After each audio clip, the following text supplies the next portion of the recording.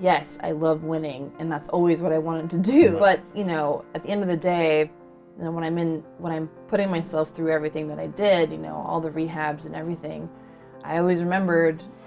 I think you gotta have a dream. The School of Greatness. Really? Yeah. Please welcome Lewis House. I'm always curious about the most influential person in your life growing up, because I think that has a big influence in our life. So who was the most influential person, and what was the greatest lesson they taught you? Well, the person that really inspired me was Peekaboo Street, because she was like the only person that we had really in skiing at that time that was like, really in the spotlight. Yeah. And I met her at an autograph signing in Minnesota. You were 10, right? 9. And so as soon as I met her, I was like, that's what I want to be. Really? Yeah, because I skied for fun before that, and I trained and all this stuff, and I loved ski racing, but I never really had a concrete goal until I saw her, and then, it was suddenly an attainable goal. And then, I ended up being on the Olympic team with her in 2002, and she said the only thing that, she didn't say much to me, because I kind of followed her like her shadow, and she was probably pretty annoyed because I was 16. But she said, I asked her when she was inspecting, I said, what are you looking at? And she said, I'm trying to find the fall line. And I said, well, where is the fall line? She's like, you have to figure that out yourself. It's like an instinctual thing.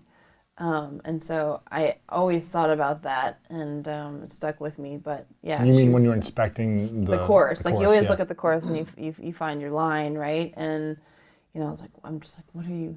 I just want to pick her brain because she, she was my idol. I'm like, what are you doing? She wouldn't really teach you that, though. She was kind of. She didn't really want to teach me that. I tried to force it out of her, but Yeah. it was a good piece of information nonetheless. When was the first time you beat her?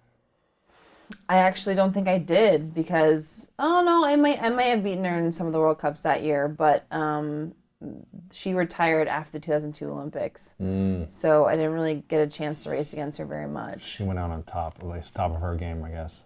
Yeah, definitely above me. Right. Yeah. And she was like, "This girl's coming for me, so I might as well get out while I can." Yeah, she had similar to me. She had a lot of injuries, and Yeah. she was just kind of the same thing, like beaten up. So. Right. What do you think made you such an instinctual, dominant athlete? Where did the mindset come from, like needing to, or the desire to win all the time at the highest level? I don't know. I'm a really competitive person, and I'm always kind of I'm like a perpetual one-upper. Yeah. So, it's like I think one of the things that most people said about me is when I started to succeed, they said, well, now she's got this, she's gonna, relax and it's not gonna happen again. And that's the exact opposite way that I think, I'm like, if I get this, and I need to get this, and if I get this, I need to get that. And then just kind of like, I always try to get better and better because that's the fun of a challenge, And I think as time went on, too, then I started to hit these, marks of, records, and that then excited me. And then, it's just like finding constant motivation in becoming better. Right. Did you ever doubt yourself? There's only one time I doubted myself. I think it was right after the Olympics. Which one? 2002. I was still young, so I was You were 17 then? 17, 18, and I just, I kind of got demoted from the ski team. I was on like the Europa Cup team, which is one level below, and I was kind of crawling my way back, and I kept crashing, and I wasn't sure if I was going to make it, and then I just decided to double down on what I was doing. I hired a trainer with money I didn't have. I asked for an advance on my contract, and I spent the whole summer with a new trainer in Monaco, and I got my first podium the next winter. So when you doubted yourself, how did you get out of it, though? Was it just, let me find people to help me get out of it? I need a reset, because you get stuck in a rut, and it's like, what I'm doing is not working. So if I need to get to the next level, like, what is there that I can change? You can't change everything, obviously, because then you can't figure out what was wrong. Right. But I needed to find something that I could drastically improve on to get better, and fitness is one thing that I had obviously worked hard at, but not hard enough. Really? And so I made that change, and it worked.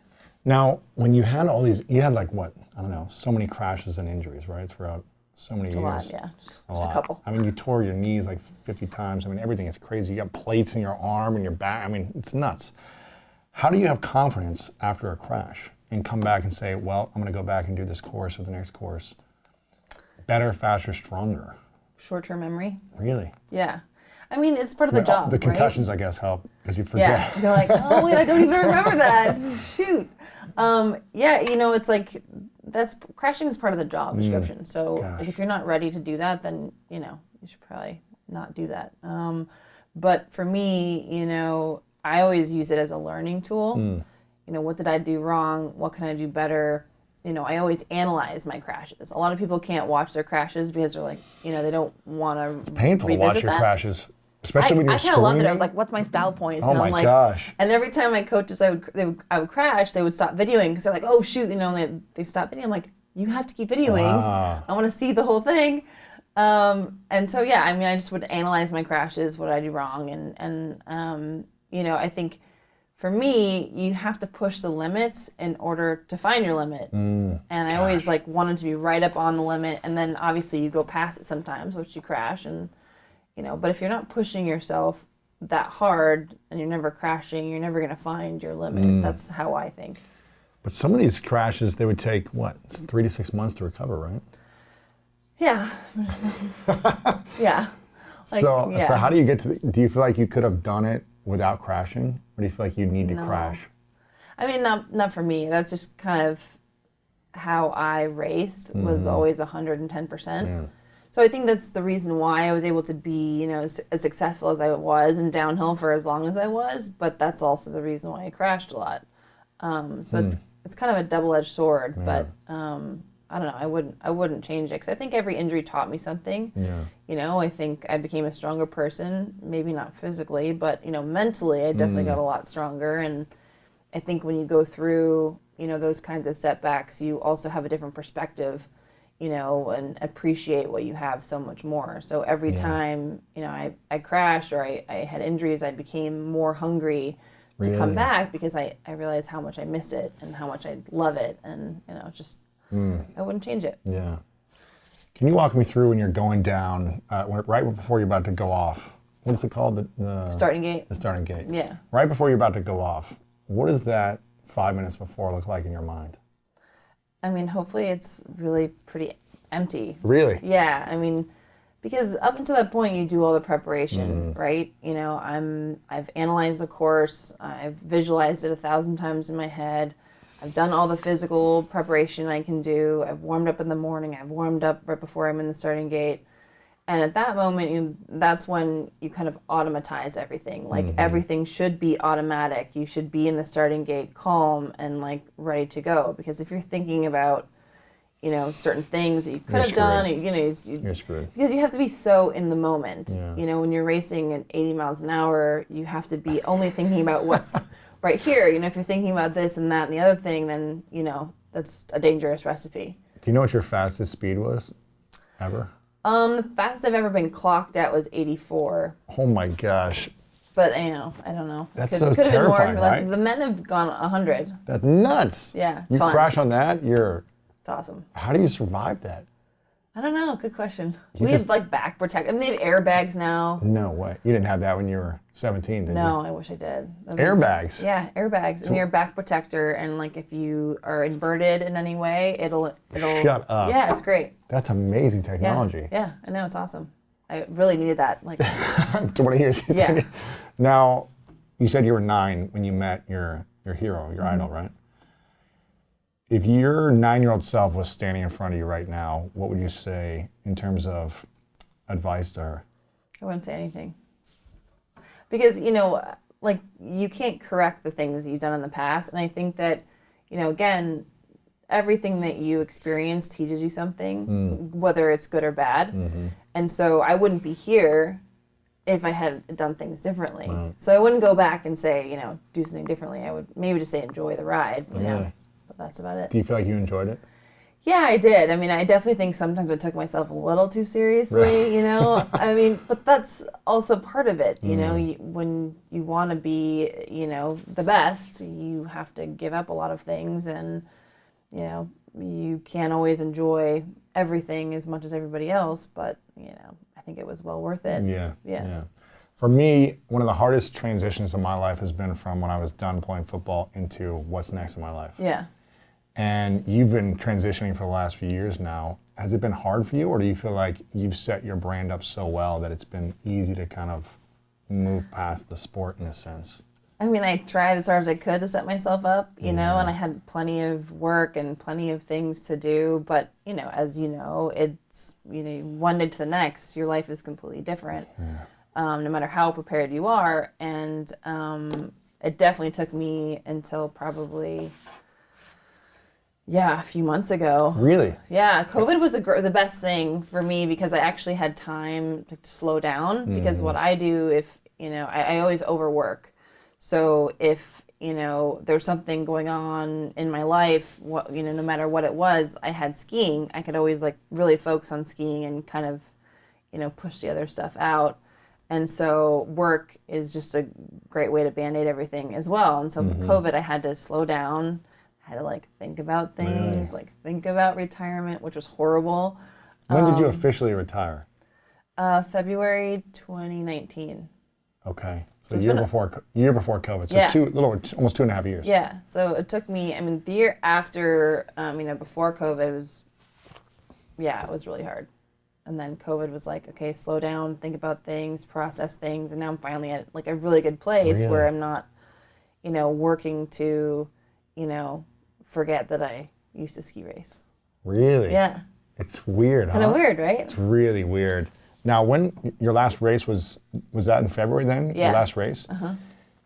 When was the last like big medal that you won? Because didn't you have like last race. That was it. Didn't you have a big crash like 5 days before or something, or Like 2 days before. 2 days before? You had a big crash. Yeah. Now, Brad Slater asked me to ask you this question because it was a big crash.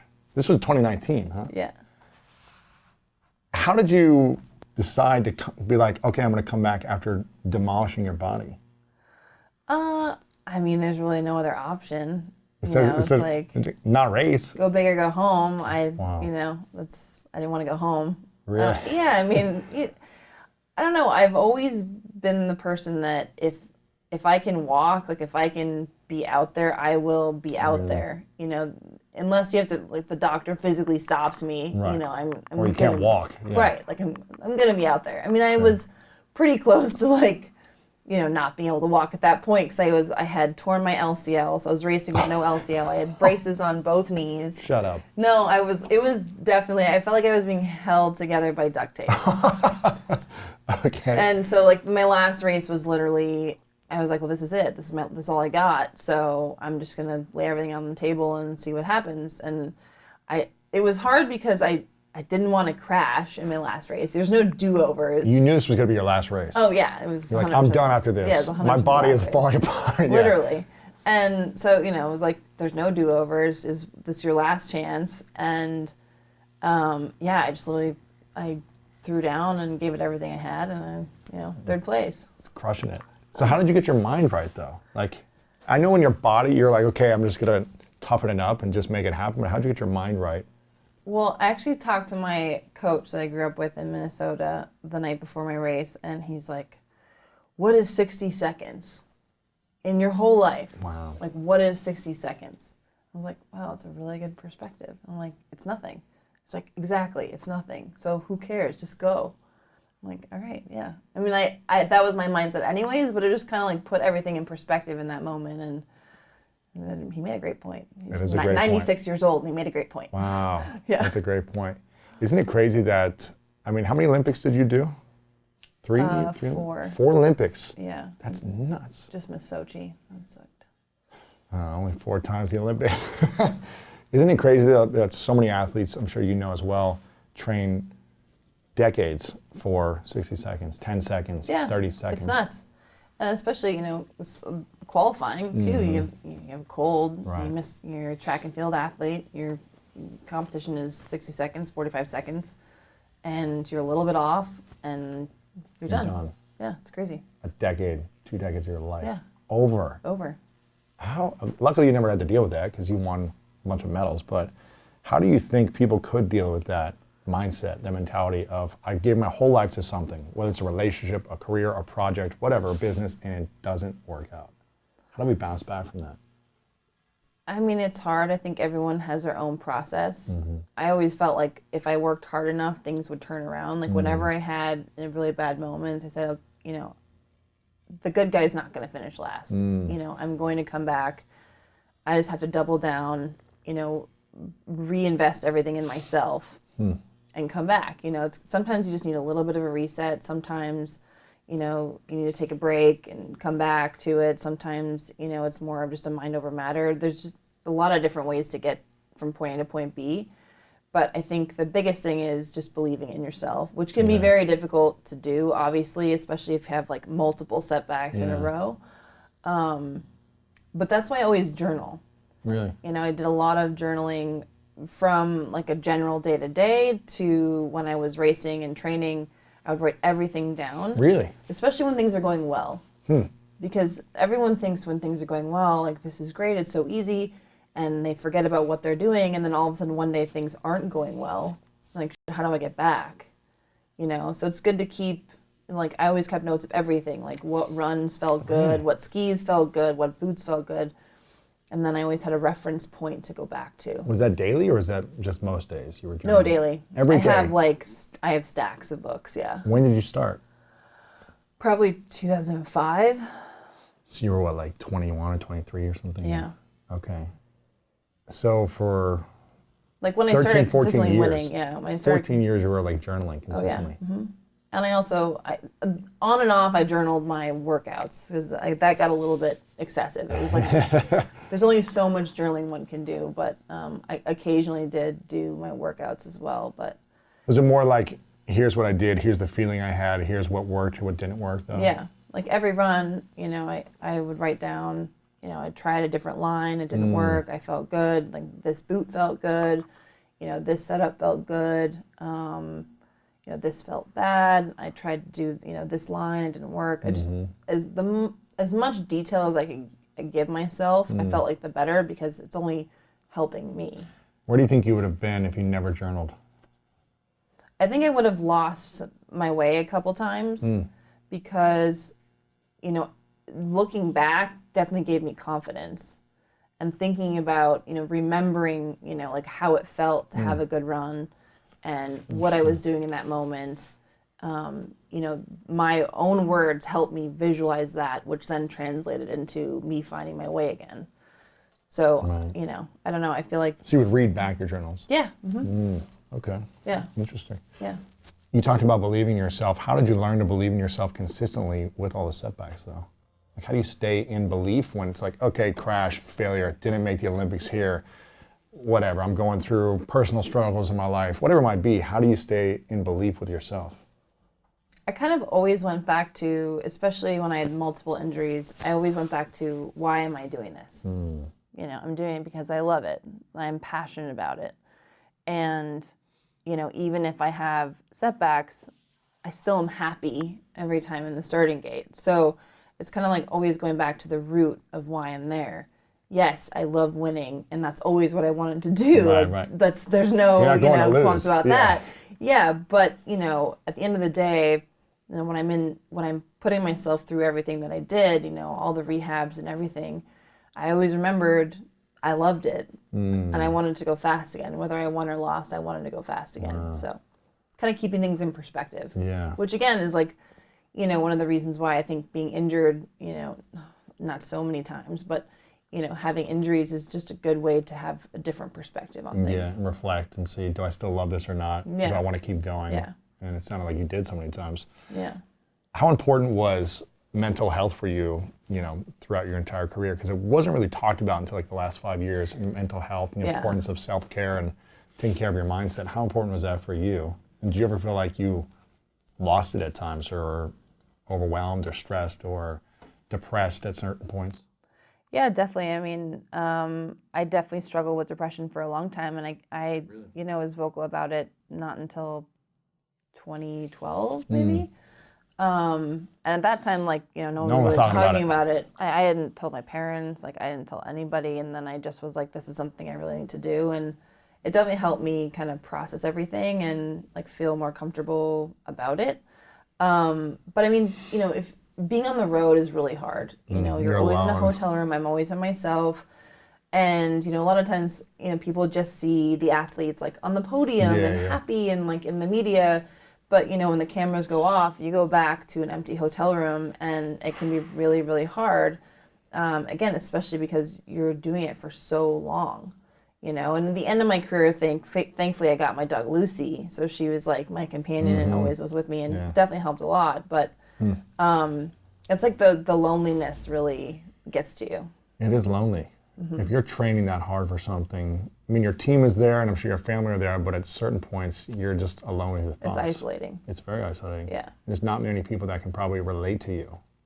Not really. You have a couple peers, there's a couple other athletes you can talk to and kind of can understand your coach maybe, but then also, it's, if you want to talk to somebody about it, they're not really going to have any sympathy for you. Right. Because you're doing well. Because you're making money and why are you medal. complaining about something? So, success doesn't equal happiness. Everyone says that, like, money doesn't equal happiness, success doesn't equal happiness. You have to find that, on your own. But, it's just because you're successful doesn't mean you're happy. And there are definitely a lot of times where I was not happy. Really? Yeah. Do you feel like you're happy now? Yeah, I'm actually the happiest I've ever been. Yeah. I love that. Yeah. You do have a great energy about you right now. Yeah. Not that I knew you before, but you have a great energy about you right now. What brings you the most joy in your life?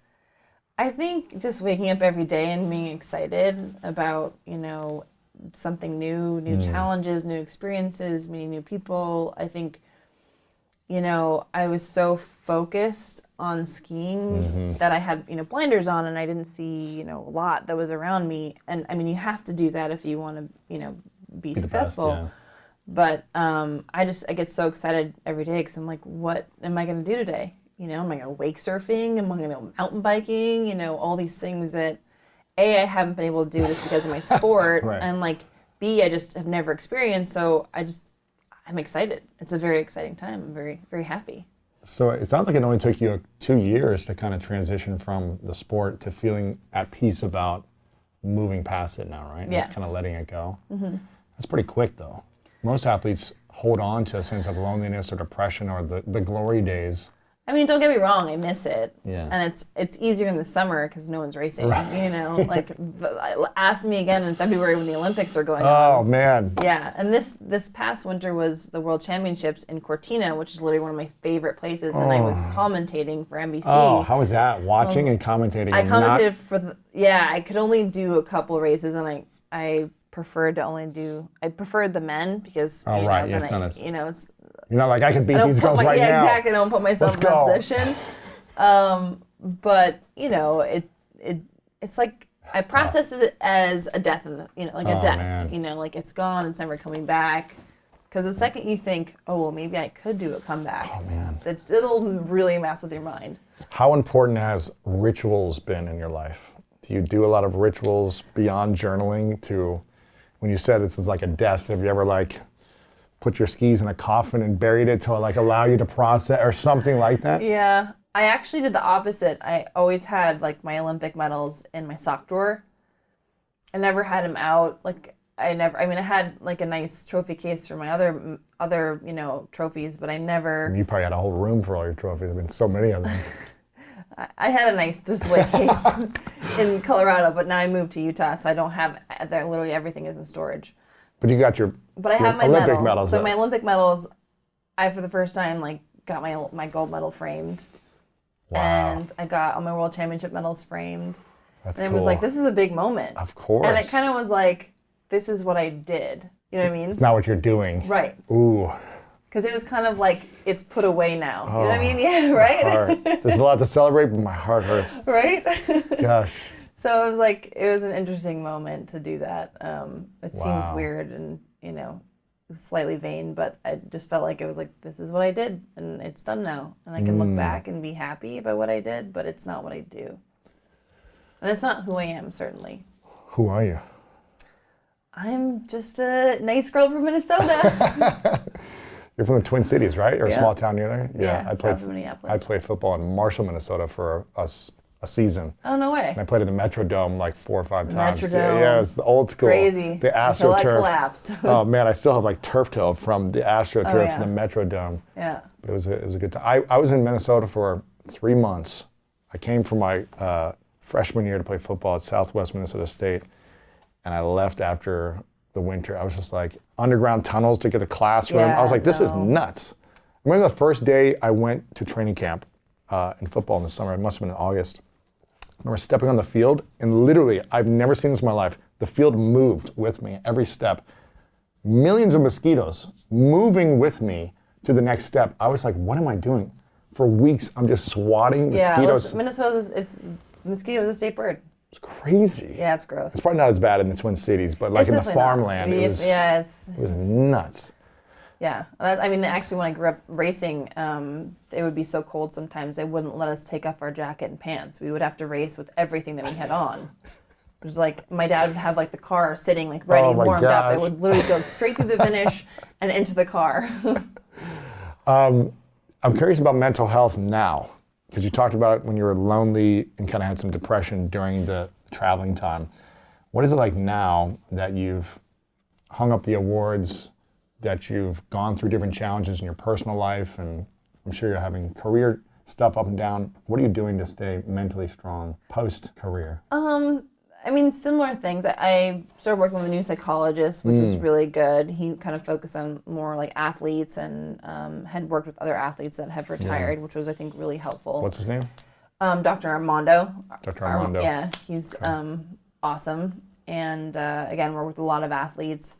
And he kind of also had a different technique of like processing things, which is really good. What was the technique? It's called brain spotting.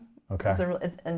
But it's also, it's kind of hard to explain, but basically you sit there and you really focus on the thing that really makes you emotional, whatever that is, so like retirement or, whatever. And your brain has to actually like process it to be able to like unload it. Otherwise it's just going to sit there, because he has a theory that, your body keeps score. Absolutely. So any it's trauma. a great book called The Body Keeps the Score. Oh, really? It's amazing. Yeah. It's called Maybe The Body. he took it from there. It's called it's called The Body Keeps the Score. Okay, but Any it's type true. of physical, emotional trauma, Yeah. it's like stored in the body until you process and heal it. But he did say that I don't store my trauma from my crashes, which You don't? No, I don't. You don't physically or emotionally? Both. Really? I mean, physically I do, obviously. Right. But you don't keep it emotionally. no. I don't know. How'd you do that? I don't know. Short-term memory? Short-term memory. Concussions. Well, No. I always watch my video. I always, I processed it. I was like, this is what I did. This is what I need to do better. And I just moved on. The more you don't address it, the more it becomes a problem. Absolutely. So, yeah. So he was like one of the best things that happened to me. Really? And brain spotting. Yeah. So you think about the moment of sadness or pain or frustration or... Yeah, like the emotional trauma or whatever it is that, is really causing you, anxiety or emotional, frustration or sadness. Yeah. So you think about it. How long do you think about it for? What's the process then? It could be a couple hours. It's he usually comes to my house for a few days, and like we have good sessions, and we kind of work when we have time, when we can, and it's really different, but it's really great, and yeah, he's awesome. You should look him up. I'm gonna check him out. Yeah. So what happens at the end of the 30 to 60 minutes when you're thinking about? Are you supposed to put your attention on the feeling, on the event, everything, like visualizing what happened, how you feel, and like the more you think about it, it's weird. I start, with something that's emotional and it's very triggering, and then by the end, it becomes less triggering, and then by the end, it's like, okay, you let it go. Yeah. It's when we resist something where it continues to kind of fester and be suppressed inside of us. But the more we actually pay attention to it and go through different scenarios and process it, then we can let it go. Yeah. It's not as scary anymore. Right. So brain spotting, what's another strategy you've used to help? Surrounding myself with people that, really support me, and for me, who I am. Like my sister and my family and like really good friends. I have a very small group of friends, I travel all the time. I have a crazy lifestyle, but I have really like a couple of friends that I grew up with in Minnesota since I was 7 years old, and like we're solid. And it's just, spending time with those quality people. allowing yourself to be you and not having, any fear of judgment. I think that really helps, I don't know, be yourself, and then be around other people is easier. Did you feel the fear of judgment when you were competing ever? Not really. I think when I was competing, I had the most confidence. Right. I felt like on any given day, if I was healthy, I could win. It was totally different than what I am in like real life. Really? Yeah, so I'm kind of like the exact opposite. In competing mode, you were super confident. Yeah. You're talking about, but then you walk off. I kind of like harnessed all of my confidence that I ever had, and I put it right in skiing. Okay, but you're saying you weren't as confident in your normal life outside of competing? No, not really. Yeah. What did that look like? I'm like more shy. Like I'm not really.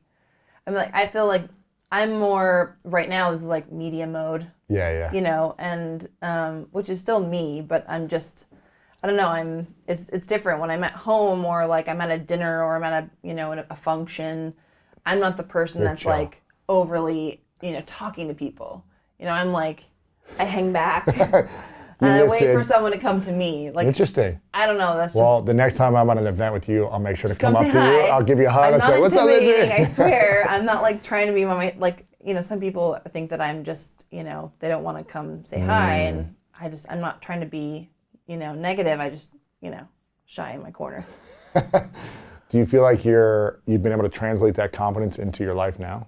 Or do you feel like there are more times where Took me a while. Really? But yeah, I feel like finally I've kind of spread out the confidence. Really? So it's not, solely in one place, but it's like, sprinkled everywhere. What do you do on a daily basis to build confidence? Honestly, I think working out is one of the best things that's happened to me. Yeah. I thought for a while, I don't want to work out. I'm retired. Really? I want to, enjoy it because I've been working out my entire life. And I stopped working out. I'm like, wow, I really feel like I felt miserable. And then I got back into it, and the more I did it, the better I felt. Right. And so now it's like I prioritize working out because it makes me feel so much better. And I like working out first thing in the morning because then it sets my day up for success. And I feel confident and, better and clear-minded, and it's awesome. It's the greatest feeling ever. Yeah. And when you can look yourself in the mirror, completely naked, stripped down, and be like, at least I'm proud of the process. Maybe I'm not proud of the result right now, but I'm proud of like showing up for myself today. That feels good.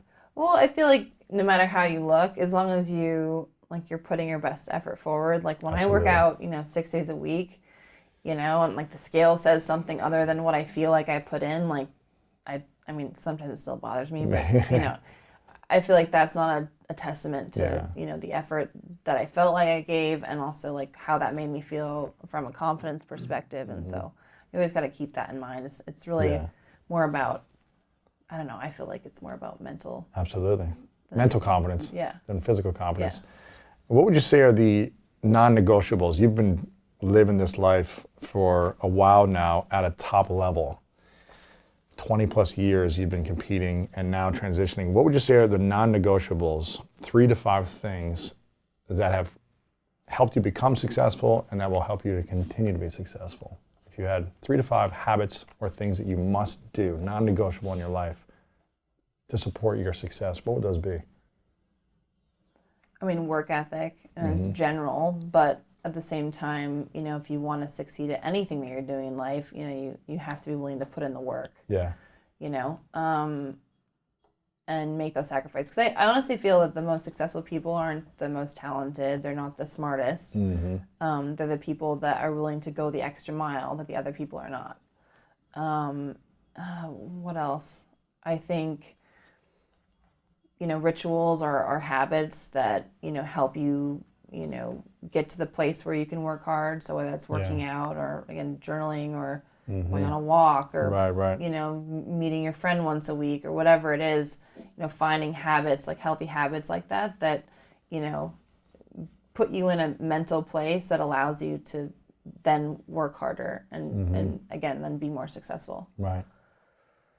And then surround yourself by people that believe in the same things that you do. So that will help, facilitate your success and not bring you down, I think it is oftentimes really hard to actually find people that, want you to succeed. Really? I think. Why is that, you think? That's just human nature, I think. Or jealous or... Yeah, I mean, and honestly, I haven't experienced that a lot, but sometimes it like creeps up on you and you're like, wow, you really didn't want me to succeed. Really? Yeah, so it's just kind of... Like people you've hired on your team or friends or no, like peers? my internal teams good. were tight. You know, they've been with me since I was 16. Wow. I'm a very loyal person. Like, we're a very tight-knit group, and I like to keep it that way. But yeah, like there's peers or external friends people, coming in that, pretend to be one thing and they're not. And so it's good to make sure you keep yourself surrounded by people that want to see you succeed and will help you get there. And, if you have to make a sacrifice, that they're going to pick up the slack for you. Right. Because you can't do everything alone. That's the other thing. Right.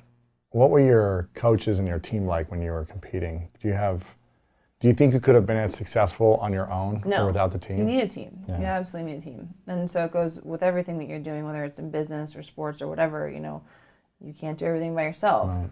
So surround yourself by people that will help you. And, my coaches were amazing. I had the best ski technician in the world, Heinz.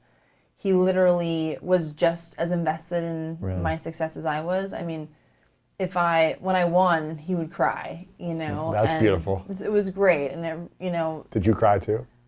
I cried because he was crying. It was like a thing. I'm like, Heinz, why are you crying? You're making me cry.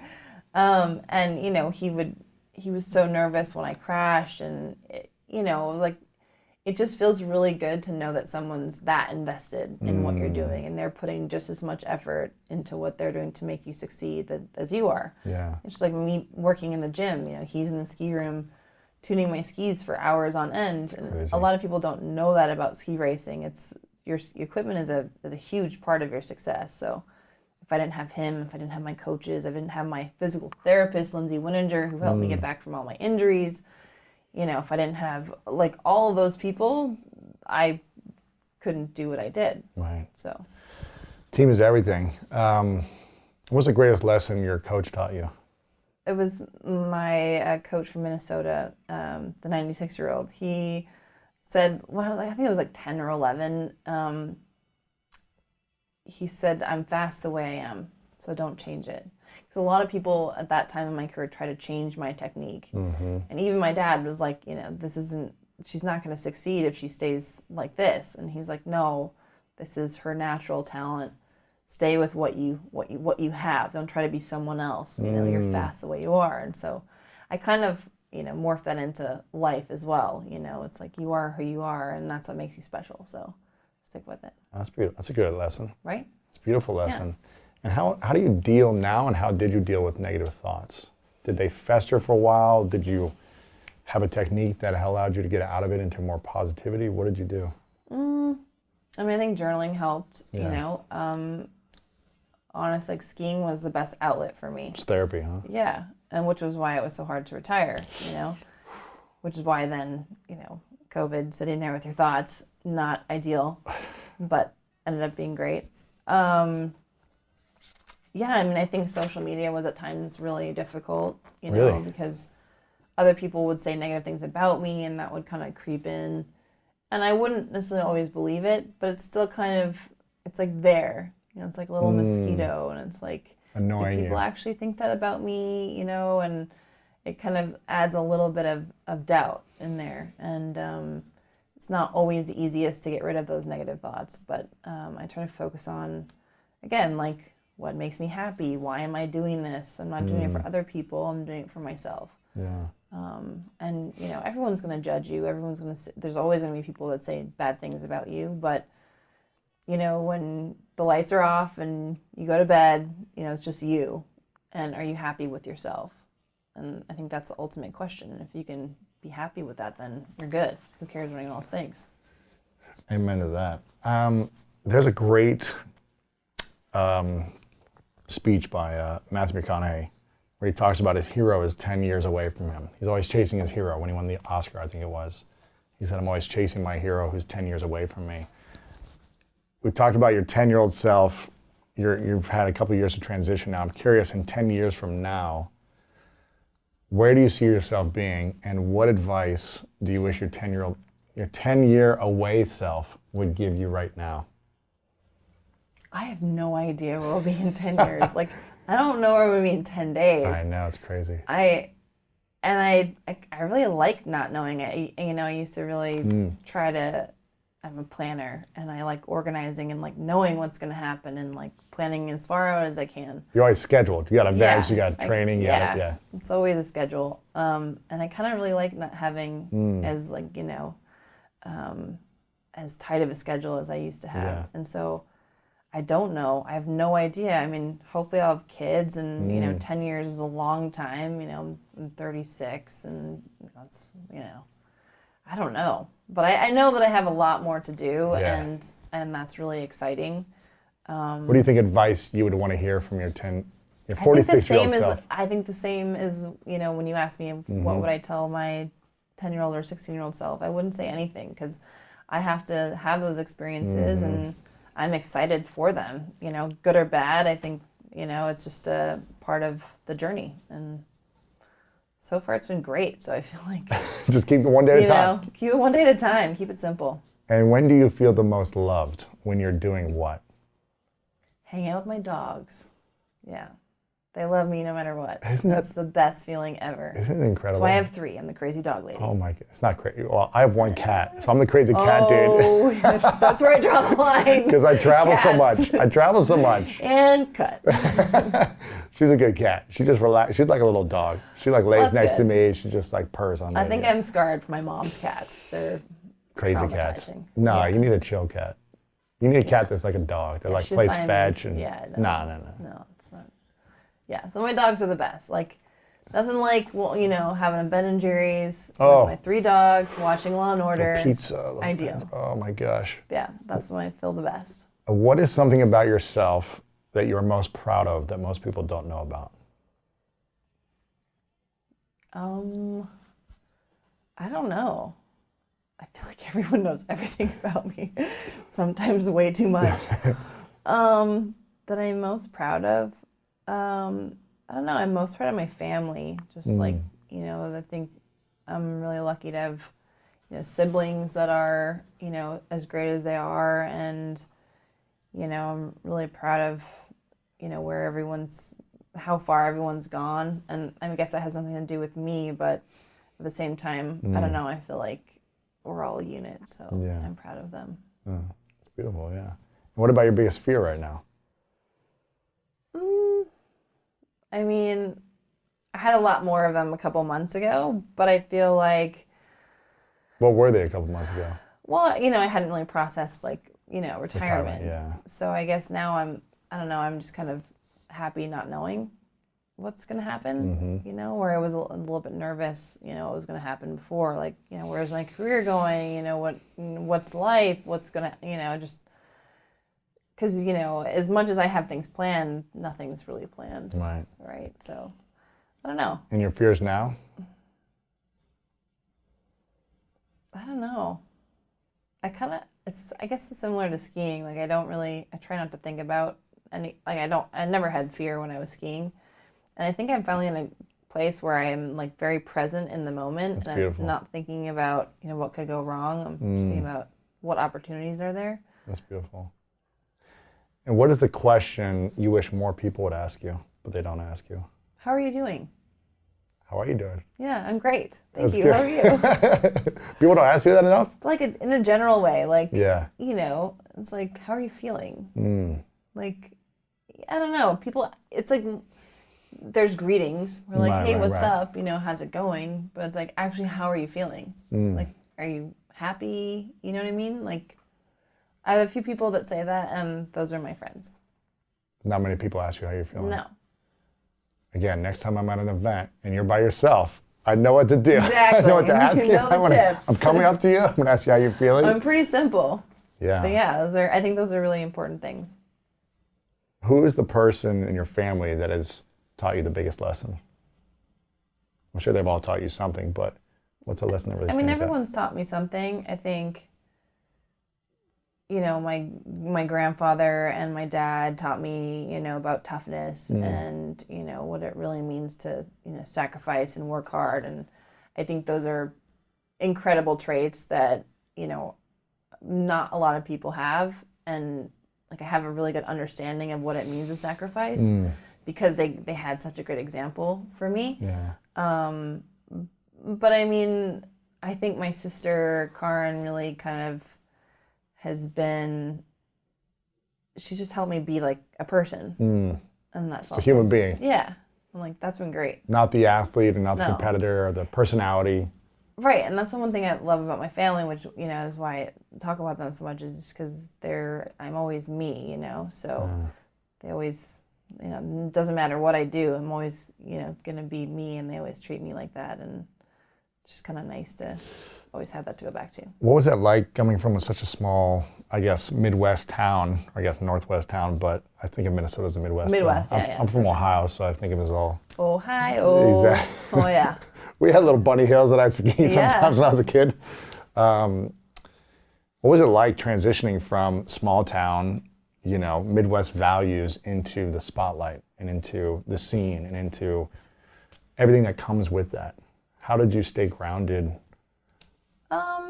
I think there are moments where I kind of like, you know, especially when I was like 18, 19, where I didn't really, 20, and kind of got into the hype a little bit. You did get into it a little bit. And then, you know, my family was like, this isn't you. Chill out. Yeah, like, what are you doing? Like, just because you went to 2 Olympics doesn't mean anything. Doesn't mean you're anything special. And so, again, like, you know, family kind of always has been the equalizer. And I always go back to Wisconsin and see my relatives. And it's like, and we just had like a big celebration for my grandma's 90th birthday. And, you know, it's like everything's the same. We're in the garage celebrating, you know. Playing cornhole, wake surfing. Exactly, Yeah. right? Definitely cornhole, Yeah. s'mores, Oh, must. it's amazing. It's Must. the best. Yeah, so it's just, you know, that's normal for me. And so I don't ever get, I don't know, I don't, that's You don't let external. Hollywood take over. Yeah, that's something else. Yeah. That's beautiful. Sounds like a good life. This is a question I ask people towards the end of the interviews. It's called the 3 truths. So This sounds really intimidating. I'm scared. So it's a hypothetical question. Okay. So I'd like you to imagine, had you imagine your childhood, your older self. I'd like you to imagine that many years away from now, it's your last day on earth. And you get to live and accomplish and do everything you want to do. All the ups and downs and the beauty of life. You get to live as old as you want to be. But then eventually, it's got to be your last day. Yeah. Hypothetical. Okay, so this is your last day. It's your last day. You've accomplished everything. Yeah. But for whatever reason, all of the words that you've said, all the content, this interview, your books, anything you create Yeah. goes away, Yeah. goes to the next place. So no one has access to your information anymore. Okay, so you're blank slate. Blank slate. Okay. No one's got your message to the world. Okay. If you could leave 3 lessons behind, and this is all we would have to remember you by, 3 lessons. This is really intense. You know, it's 3 called the lessons. School of Greatness, Lindsay. It's not I School of know. Average. Oh, wow. If you had 3 lessons you could leave behind, I call it 3 truths. Yeah. Based on what's on your heart right now, what would be those 3 truths? I don't know. Always stay true to yourself. Like,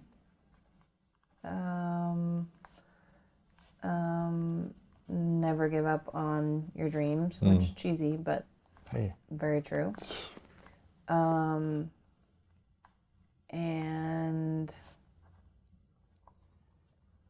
I don't know. The third one. I don't know. I feel like maybe you can't make anyone else happy. You can only make yourself happy. That's a so good one. true. That's a good one. You can't make anyone else happy. Yeah. Did you have to learn that the hard way? Yes, I did. I've had, Really? Yep, many times. Yep. It's I cannot make anyone else happy, no matter what I do or how hard I try. So I can only make myself happy, and I can make someone else happier. But I can't make someone happy. I think I saw Will Smith share a quote about this recently. He was like, happiness, I think he was talking about his wife, happiness is her responsibility. Yeah. I can contribute Correct. to the happiness. I've seen that one. but Yeah, it's so not my responsibility to make someone happy. Yes, exactly. It's my responsibility to make me happy. Theirs to make them. Yeah, which seems like really kind of narcissistic in a way, Right. but it's true because if you don't know who you are and like you don't know what makes you happy, like how are you supposed to make someone else happy? It's like you have to focus on yourself, and if everyone focuses on making themselves happy, like we'll be a lot better. I feel like up until recently, I have been in the pattern my entire life of wanting to please and make others happy, Yeah. especially It's like really in, hard pattern to get out of. in intimate relationships and close dynamics. And it hasn't been up until recently when I started to really not abandon myself in those settings, make sure I stand up for what I want, say what I need to say, and not just Boundaries. give in and do something to make someone else happy. Yeah.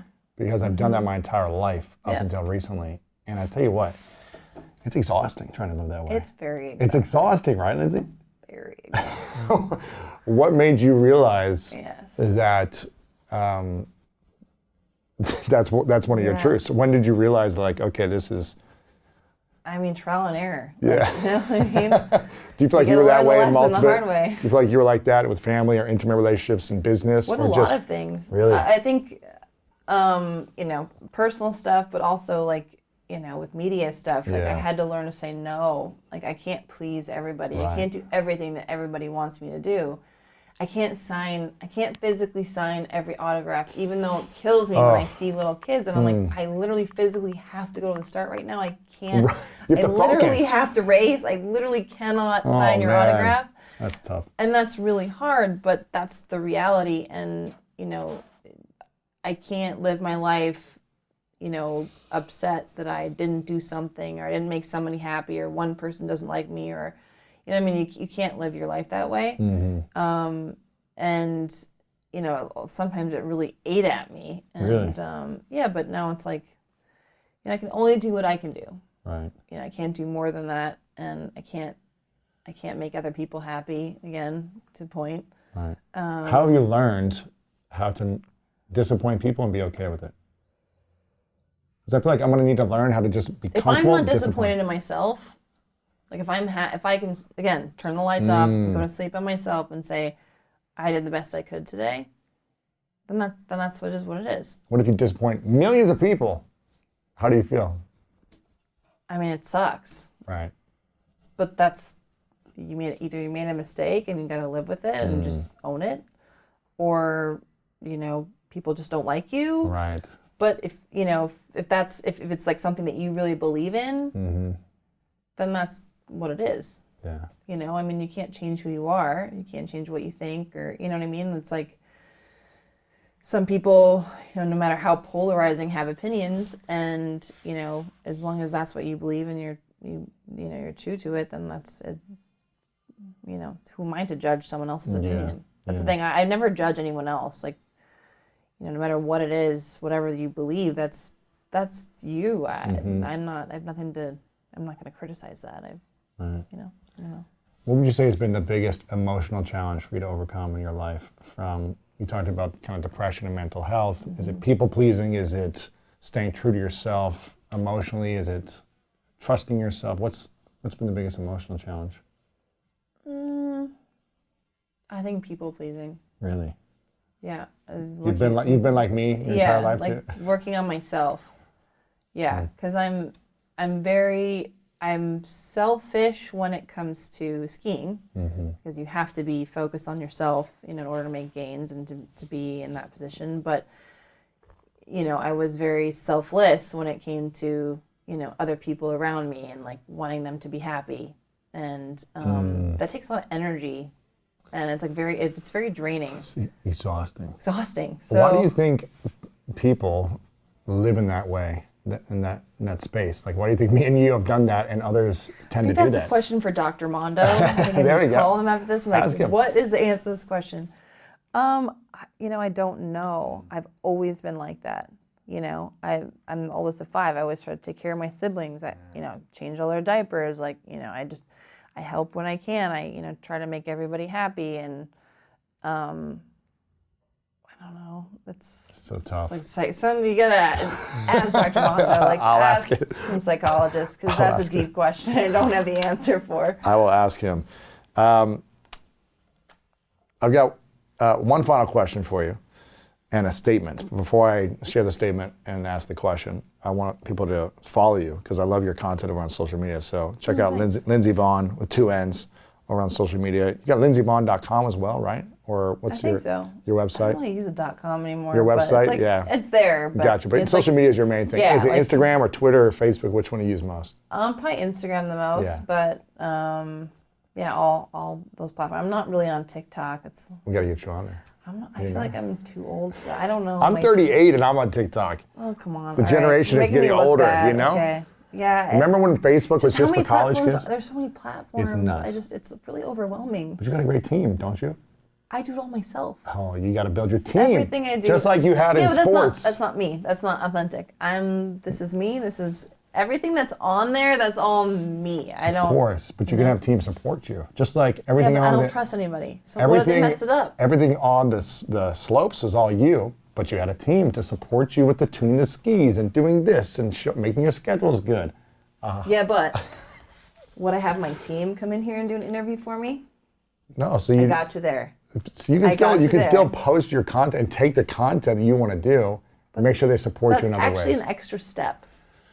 It's actually an extra step. Okay. It's easier for me to post it than I to get send it to somebody. I get it. You know what I mean? I get it. It's like, and also it's like, what's the point? I say what I want to It's say. very It's my authentic. pictures. Yeah. It's very authentic. It's very It's inspiring. just me. If you want to follow me, great. If not, I'm sure there's a lot of people out there. There's millions of people. It's great. And you got a book coming out next year, early next year, which I'm excited to share out as well. So be on the lookout for that. People can pre-order it hopefully soon. I don't know if they can pre-order it now. I don't think they can now, but In a few months, I but think pretty you'll be able to. soon. Yeah. Yeah. It's called Rise. It'll rise. It's going to be inspiring about hope all these so. lessons and more. Yes. All I these really lessons should have and- talked to you for all the book. But I'm assuming you're sharing a lot of these Yes, I am. insights and more philosophies and stories and lessons, right? Yeah, it's kind of like all of the things that I've experienced in my life and what it taught me and like how I overcame it and kind of, like more the mental side of it. And That's cool. it's meant to be, inspiring because, we all face obstacles and, we all have to overcome certain things. And so, yeah, it's my life as a roller coaster written down in Beautiful, a book. beautiful. It's exciting.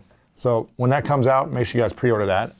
My statement, Lindsey, is I want to acknowledge you for a moment for the incredible life you've had up until now, for the ups and downs, and for being so mentally and emotionally tough to continue to show up for your dreams, even when you had so many injuries. I've been surgeries and injuries myself, and I know how hard it is sometimes to come back after the first time, but then after 30 times, for you to keep showing up for your dreams and for your heart is so beautiful and inspiring. And also for you to know when it's time to transition. I think it's inspiring as well, even if you didn't maybe want to. But showing up authentically where you're at now, healing in the process of the transition, being a positive force for your fans, your followers, and your family, which is most important. It's really inspiring to meet you, to connect with you, and to hear about these stories and kind of know more about your life. So I acknowledge you for all this that you've created and accomplished. And I'm excited to see what you create moving forward. And when I'm at an event that you're at, I know exactly what I'm going to do. Hi. Coming right up. I'm nice. I'm going to ask you, how are you Thanks. feeling? How are you feeling, Lindsey? Thank you. Yes, that'd be great. Yes. Look forward to it. We're very excited. My final question, what is your definition of greatness? My definition of greatness is like overcoming all obstacles. I mean, I think the greatness isn't just, a perfect run on a perfect day. It's when you're at your absolute limit and, you're scratching and clawing to get to the finish and, you make it and you push yourself past where you, think you could ever go. Right.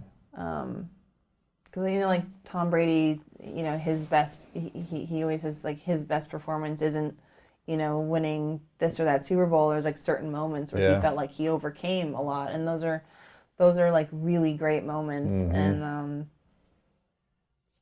again, to each his own. So not everyone has the same experience and everyone's greatness is different, but. Yeah. It's beautiful. Were you in Greatness Code also? Yes, I was. That's so right. many greatness. That's yeah, right. it was That's because great. I remember. So many greatness. Well, I remember that that story from that of Tom Brady talking about that, I was like, oh, I think you were in that too. Yeah, it's a great series. Yeah. I always watch stuff like that because I think it's So cool. Yeah, it's really cool to see and to hear, and again, everyone has their own experiences, and it's interesting to learn from that. Yeah. I think it's all very inspirational. Love it. Lindsey Vonn, thank you for being here. Thank Appreciate you. it. Yep. If you're looking for more greatness in your life, make sure to check out this video right here. What's that like when you're qualifying and you're just like, I'm gonna get better every year, and then all of a sudden I don't qualify after a year of pain and struggle and training? Honestly, right now I can look back and say that it's the best thing that ever happened to me. In the moment, it was the hardest thing that ever happened to me. I think I was born very competitive, and it didn't really matter what it was, whether it was, swimming when we were in school or, running around the playground, with the boys. I was always in a competition. And I did gymnastics until I was 16, and I was never really good at gymnastics, but I think I loved the conditioning part, and I loved the dedication. I trained 4 hours a day, 6 days a week, and I liked that structure. And at 16, I didn't want to do it anymore, and I was trying to find something. I was playing around with track, and I was playing around with, I'd go to a Globo gym, and I was always missing that, waking up in the morning and working hard towards something, and, having a purpose. And in 2011, Annie wins the games. She's one of my best friends now. She's from Iceland. But that was all over the news, all over the media, and they were showing, clips from the CrossFit Games and saying that she won that. And I remember my mom and my grandma was kind of lost that summer. I'd been doing 2 years of kind of back and forth with gymnastics and track. And you were in high school at the time? Yes. Yeah. And my mom, my grandma were like, why didn't you try that?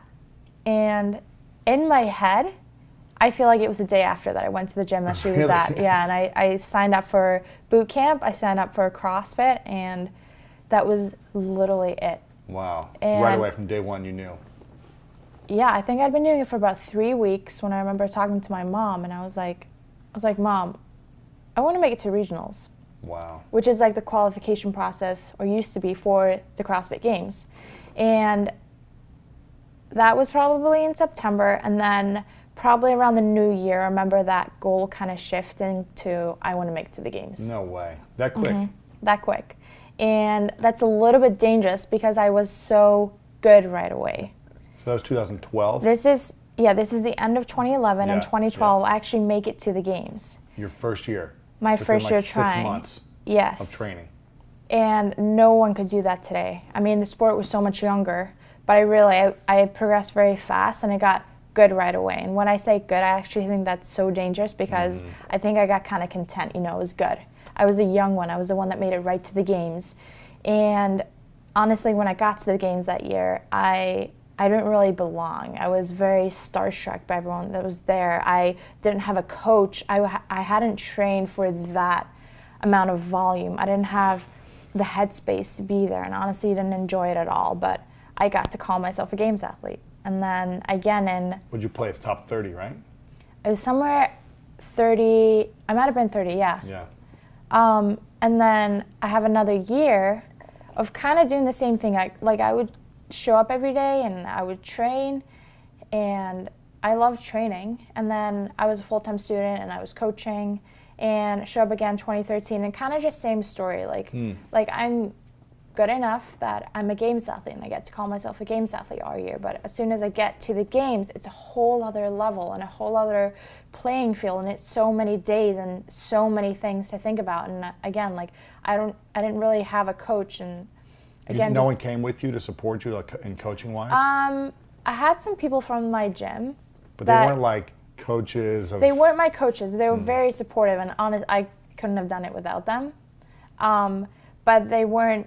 We hadn't worked together, and I didn't have the mindset, and I didn't have the preparation that needed for the games. You didn't have a strategy mentally, yeah. And that's kind of just kept going like that until 2014. I didn't make the games.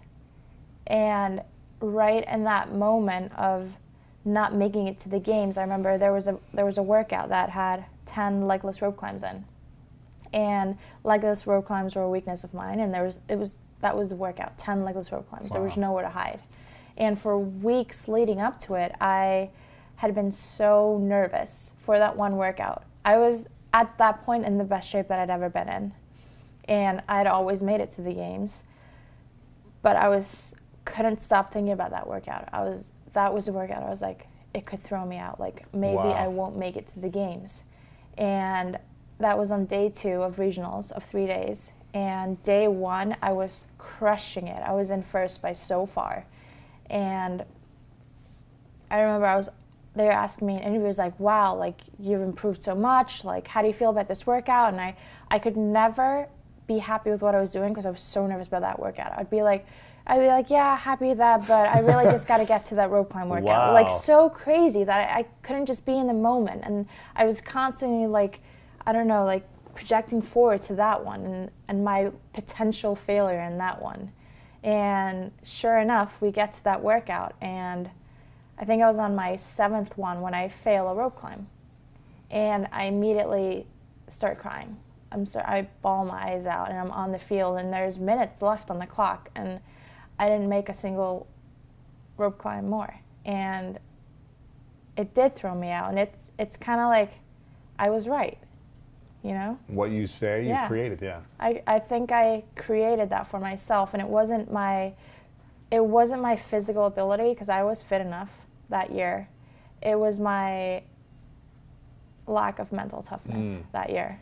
And I was just projecting forward that I could possibly not make the games. And then instead of we fail rope climbs all the time. Right, just get back up. You fail lifts, you fail rope climbs.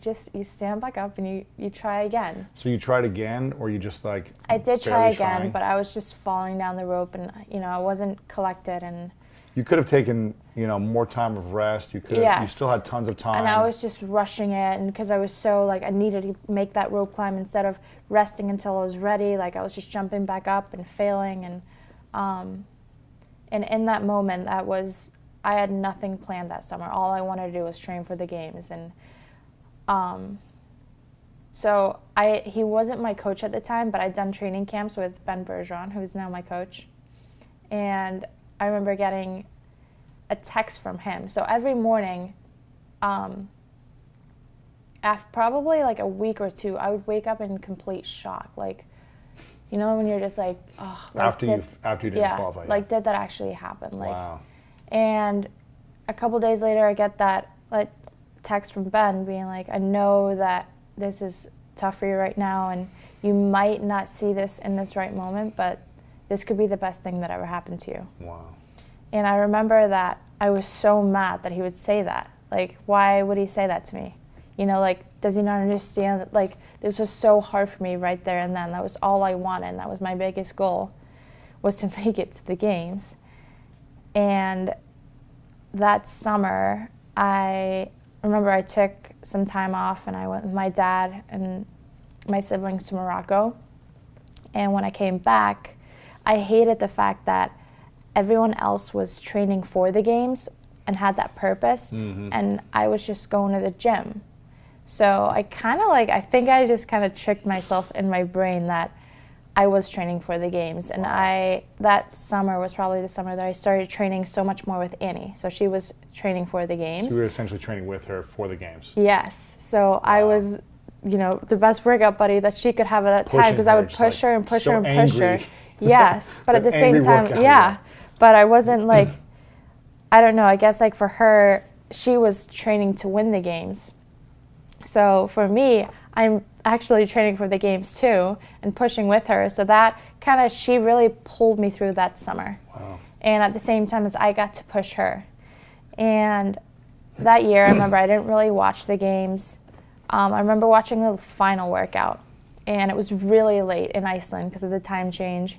And I remember watching it, and the final was done, and I remember just closing my computer, going to bed, and I wake up the morning after, it was like 1,000,000 pounds were lifted off my chest. I felt like such a clean slate. It was like no one had made it to the games. And honestly, in that moment, I think it was such an advantage for me, because everyone else had just finished the games and have to recover. Month to recover. Yeah, and here I am fired up and fresh. Wow. So, and Focused. that focused. And there are so many things that kind of clicked that year that I always think things happen for a reason. You are where you're supposed to be for a reason. And I was supposed to go through that. And then I never really liked reading. I just have a tough time I need to be doing things. But that summer when I went to Morocco was the first time I really picked up a book. And I remember picking up Michael Johnson's book. It's called Gold Rush. And he was the absolute favorite for the leading up to the 92 games. He had won every single race that he ever entered in 100 and 200. And he has these chapters in the books where he describes 100-meter race, and it takes less than 10 seconds for him, or about 10 seconds. But this could be a whole chapter of him describing what he's feeling when he's on the starting mat, or his the starting line. Blocks. Yeah. And then he described it like what's going through his mind and what he's thinking right before the gun comes off, and then it's his reaction, and then the whole dry phase where where he's literally facing down, and he'd be after 40 to 60 meters he starts raising himself up, and then he would always do a right left, and he would never see anyone because he was so far ahead. And he gets sick in the Olympics, or right before, and he ends up it's a terrible Olympics for him, and he doesn't even make the finals. And what a failure for him in that moment when he himself knows that he can win. But instead of giving up in that moment or thinking he's not good enough or what a failure, he comes back in 96. He wins gold in 100, 200, and he added 400. Crazy. And it's just crazy to think that, I needed to read that story in that moment, because it would be easy for me to think that I had failed, or I was a failure, or that I wasn't good enough, or I'm not as good as those girls. But it just showed me that I'd failed at those regionals, and I wasn't as good as I needed to be in that moment. But it wasn't a destination. It was a point for me to pass through, and I could use it. And then I started reading some sports psychology, and I started working a lot more with Ben. And he talks to me a lot about what I should be focusing on and what I should not be focusing on, and what should be going through my head in workouts. It was at the end of 2014 that I was training in Boston, and I asked him to be my coach, and he was like, let's try a month, and we'll take it from there. And did that. And I remember the new year, he was like, okay, I'll be your coach. Wow. Yeah. Why did you come to Boston in the first place? That's just kind of a long story. It was one of his athletes used to do some programming for me. So before the 2013 games, I came for a week, and that's kind of how I met everyone. And then early 2014, one of his team athletes that they won the games. They've won the games before. They've podiumed, I think, 1 or 2 times. He had a phenomenal team, and a couple of those individuals on the team went individual that year, and I went and trained with her. Her name was Rachel. And so I kind of went over there. I was going to go for just a week or 2 and train with them, and I don't know, there was something about training there that kept me wanting to come back for more. Like I say, I'd always kind of just been good, so I just kind of did the training. I'd be like, yep, done that, check, yep, done that, check. And I remember when I got to Boston, I'd never been in a place where there was a coach. I love being coached, and I've been coached my whole life from gymnastics. What did you have in Iceland? Were there no coaches? No, it was more you're taking class. And I'd never experienced having a coach in CrossFit. And when I come here, and Ben kind of has his whole team and some individuals, and everyone would show up at 9 a.m. and they're all waiting to hear what he has to say, just like in gymnastics, I think I just loved that. And whenever he spoke, everyone wanted to listen to what he had to say. And he honestly didn't say much, which I think taught me a lot, because he's not out there shouting, good job, or you should do better, or this or that. He would more, I remember doing these hill sprints once, and he'd be like, it'd be like, Jeff, 50, Kat, 54, Rachel, 57. And it was like, you're not getting a good job where you should be going faster. He's just giving me my time. And Very neutral. Yeah. But it made me internalize. It made me be like, I know if I worked hard enough or not. I know if that 54 seconds, I know if it was my best or not. He doesn't have to tell me. And it showed me, I started paying attention to what really was my best. And I think I really learned what hard work was.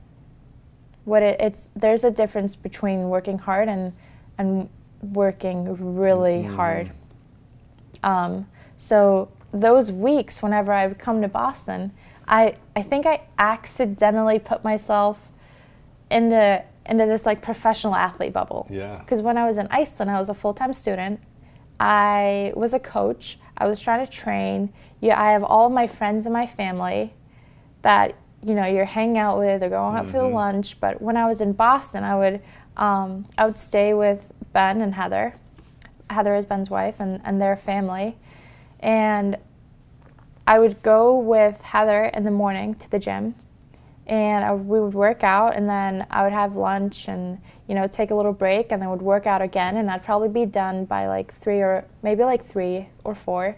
But Ben never went back home until it was like 5:30. That's like when he leaves the gym every day. So I had all this time that I just had at the gym, and I would read, I would do all this recovery stuff. Mobility, I would sit in the Normatex, I'd do muscle stim, stretch, all these things that I'd never used the time to do before. So it's kind of like accidentally living this professional athlete life and all sleeping day. more and eating better and all these car rides and dinner time talks with the Bergeron family. I learned so much. And you were like, I can't leave this. Yeah, so I have to be here full time. This is the way.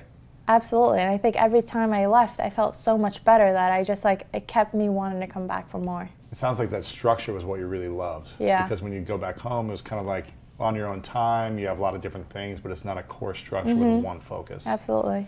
Where do you think you'd be if you qualified for the games that year? Wow. I don't know. Do you think we'd have won those 2 years back to back? No, I don't think I would have won the games. I think I needed to not make it to the games. I think it showed me how bad I wanted to be there and how much I was willing to work for it. And I think I really needed that. Because I think if that wouldn't have happened, I would have been content with what I was doing. And Qualifying. With qualifying. And I'm 100% sure I would not have won the games if that wouldn't have happened. Wow. Yeah. Yeah. Huh. That's interesting. Where would I be? I'd probably be in school. I'd probably be. Really? Yeah, I wanted to be a doctor. Still in Iceland? I used to love, and I still do, I love learning and studying. It's just, I don't have time for that right now with what I'm doing. And I know school will wait for me. Like, school will always be there, and I can always learn and study, and I love reading now. But the sport doesn't wait for me, and this is what I'm doing right now. So I need to give it everything that I have. What do you think it takes to be the best in the world? Everything you got. If you're not giving it everything that you have, I always think this. I remember everyone likes balance, like talking about balance. So you need this and you need that and you have this in your life. And I always felt very conflicted because that's not what I wanted. And I remember Ben was having a presentation once, and it's the first time I ever heard anyone say champions don't have balance. And I was like, he's right. If it's not right or wrong, it's, for most people, it's probably the right thing to have balance. Right. But if you want to be the best in the world at something, you just can't. Because if you're spending your time on something other than your craft, or something that's not going to make you better, someone else is spending their time on getting better. Yeah. And I always think that someone else is going to be spending their time, so I better be doing it too. Wow. And there's a time and place for everything, like hanging out with your friends and getting your nails done, but that has to be the right time, and when you've already put in when you've slept enough, and when you've eaten the right things, and when you've done your training. And then sometimes it's good to get that little bit of break, but that has to be the right time. Yeah, I hear you. So it takes everything you got and a lot of hard work. Wow. Do you balance it ever? Do you take like a day off once every 3 months? Or how's that? Yeah. Absolutely. Your coach he'll be like, okay, today just rest. Does that ever happen? Yes, I have 1 day a week that I have a full rest day. Like I say, like you can only work as hard as you recover and all of that, but you better be doing everything of that 100%. But then there are times that you have. For me, it's normally Sundays. Sundays are my day No that workout. that I take completely off. Recovery, swimming, little jog here and there, Sometimes, little yeah. 3-miler, you know. Sometimes I will. Like I actually perform a lot better the day after if I move. And I like just getting some blood flow in, getting a light, but it has to be very light. It can't be, I'm not getting lactic, I'm not getting any extra soreness. My favorite thing actually to do is sit in the sauna. That's my favorite recovery thing. It's like me time. I bring in a book and I sit in the sauna for like 30 minutes and it gets really hard. Like it's actually hard to sit in the sauna sometimes It's when it hard. gets really hot. You're dying. But I feel really good after. Yeah, that's good. Yeah. What's your biggest physical weakness right now that's holding you back from being the best at all times? So, 2015, actually coming back from that year of not qualifying, we win the games. It's crazy. It's amazing. That is crazy. It's crazy. But at the same time, when you look at the things that we did, it's not crazy, but it's just crazy looking at it like that. In 2016, repeating. And it's like, when you know that you can win, and when you know what it takes, you want to win. And I am ready to do whatever it takes. And I am ready to give it everything that I have and work as hard as I possibly can every single day. There is no better feeling than showing up at your competition and knowing you did everything you could. That's what gives me confidence. It's not you never know that you're better than someone else, or that you never know that you're gonna win or where you're gonna place. But if you know that you did everything that you could, you can stand there, you can be confident. And then you go out there and give it your best. And you know that you're gonna come out there and it's gonna be your best result. It's the worst when you know you didn't train enough. Exactly. You're like, I could have done this differently. I should have done it more, but I didn't. That's when you beat That yourself is up. the absolute worst. The worst. So coming back in 2017, of course I want to win. And Back to hopefully back. yeah, and I was tired in 2017, mentally tired. And I think I kind of lost my sense of why I do this and my purpose and my joy in the sport. And I think... Why were you tired? From the emotional pressure you put on yourself? Yes. I think I was... Now I've got a 3-peat. Now everyone's Yeah, I looking at think me. I had a lot of things. And in 2015, I truly fell in love with the sport and the process of just getting better and of working hard, and every day would show up to the gym, and I was learning so many new things. I was reading all about, that's the year that I really kind of got what it meant to be the best version of yourself. It wasn't, when I used to compete, I used to constantly be on the leaderboard and the outcome would matter to me so much. But then like starting to read about sports psychology and Ben talking to me about like, I can only control a couple things. Like I can't control an outcome. I can't control the weather. I can't control the judges. I can't control my competitors. But what I can control is my sleep, what I eat, my effort that I put into any kind of workout, my mindset, my outlook on, a problem that's happening or whatever is in front of me at that time. And it's just like we just kind of like loved the process. We worked really hard. We got to the games and it was an advantage, but no one was looking at me. You didn't have the pressure. You didn't have people, I didn't have people interviewing me, and suddenly we come out on top. Crazy. And because of that reason, I think people thought it was a fluke. And I took that very personally because I knew what we had done and we had worked so hard. So that whole year, I wanted to prove that it wasn't. And in 2016, very suddenly, my grandmother passed away. And she was my best friend and my rock and my everything in this world. She was a light. And that's definitely, it just happened fast. And that year I did everything for her, everything. And every training session, everything that I did, I wanted to win for her. Wow. So you had a deeper purpose. So I had a deeper purpose that year. So when I get to the 2016 games, it was really weird, but I honestly, like, I would come off the floor and I somehow just, like, I would make a lift that I have no clue how I made, or I would be like focusing on, like, it might be a 5-round thing, and I remember, like, I would always pull through right at the right second. And I'd somehow just, like, every time I got off the floor, I was like, I never knew how I did it. And I would always just be like, it's her. Wow. And right before the final event, both of us had this necklace that it's actually my grandparents that gave it to me, and her best friends gave it to her for her, it was either her 65th or 70th birthday, but we had the same necklace, and she used to use it a lot.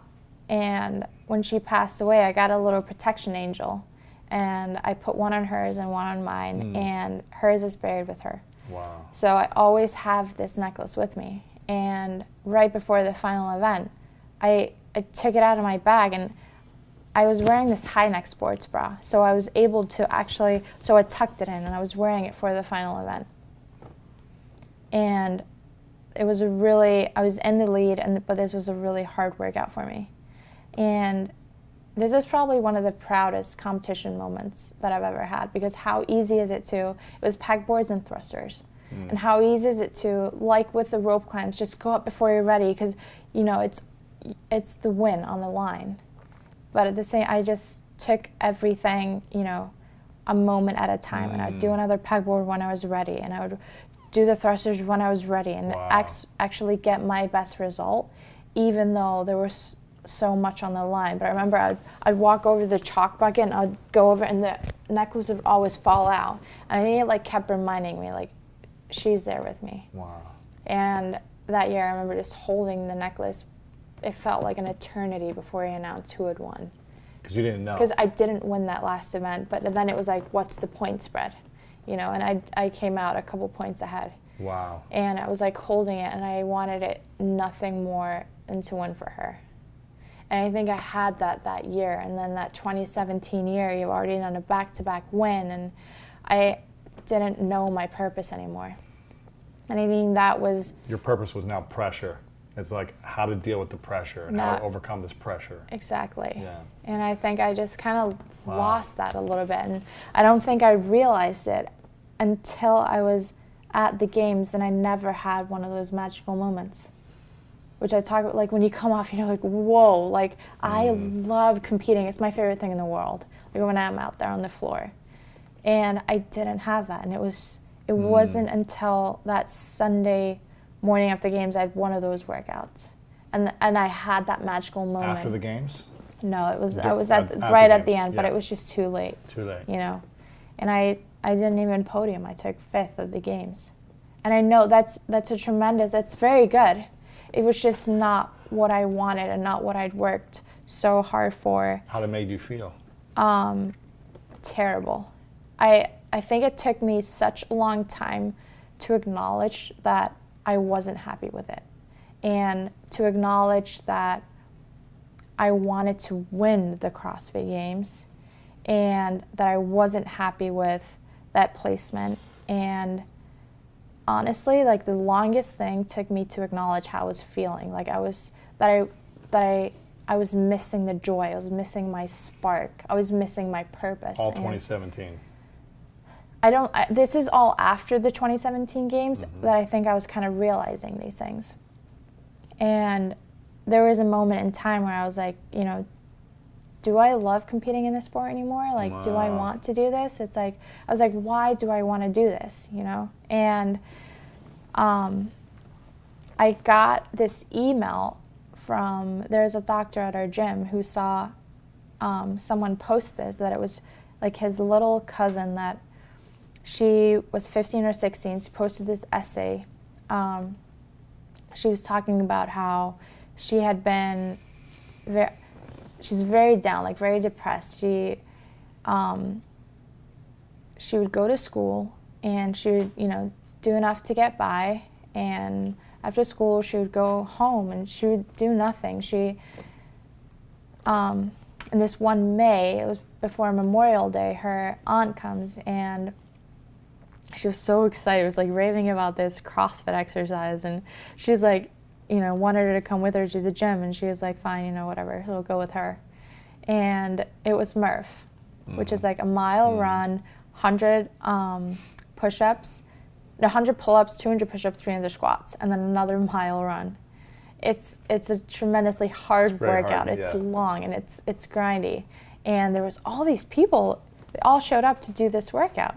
And they're all working so hard. Like some of them until their hands are ripping and they're all sweaty and like, but they're all there doing it together, and they all made her feel so welcome. And she decides that she wants to join this CrossFit gym.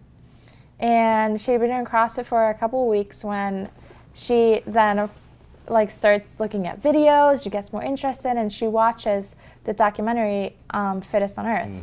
When you won, right? Yep. And she says she saw Captain David's daughter talk about being the best version of herself. Wow. And she was like, and something clicked with me. And she was like, and so I'd go to the gym and, you know, she couldn't do pull-ups, and she'd start working on pull-ups until she could do one. And, you know, she had to work so hard, and, you know, sometimes she would tear and she had to wait until her hands healed. And you know, it's such an accomplishment when you work so hard towards something and you're able to do something that you previously didn't think that you could do. And she then took it from there, and I started working harder in school, and she would be like, and that to me, it's like, she's happier, she has a better life. And what if her friends see that and see how inspired she is and a better version of herself and inspire them to get better? And it was like an immediate flip in my head. That is probably the thing that means the most to me out of everything that I've ever received or anything that I've ever done or gotten, that I get to go to the gym every day and do what I love and work hard towards that. And I am lucky enough to be in a position that the CrossFit Games team and Mars and Heber, they want to tell my story. And you know, thank you for having me on here, but I get to tell my story, and I get to show what I love and how hard I work. And if that can inspire that girl, that one girl, and imagine who she goes on to inspire, I was like, that is my purpose. And that really, that's why I started working out hard again. It's like, I want to do it for that girl. I want to do it for those people that need it, for the opportunity that I can then inspire someone else. So that's the mission now. So that was, it still that's is. The purpose now. And that's was leading into my 2018 games, or the season. And that's actually the season that I can honestly say that I've never worked harder in my entire life. Yeah. Did you feel like you brought the joy back too, and the passion and the love? Yeah, I do. In a different way.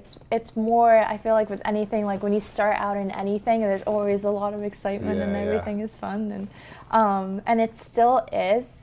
It's like, it was a lot of hard work. Like this year I've never worked out so much in my life, and I was doing like 2-3 days, like a lot of them were 3 days, and some of them would be like, you know, one of them might just be 90 minutes of just running or biking, and it's just a lot of time to just sit in your head.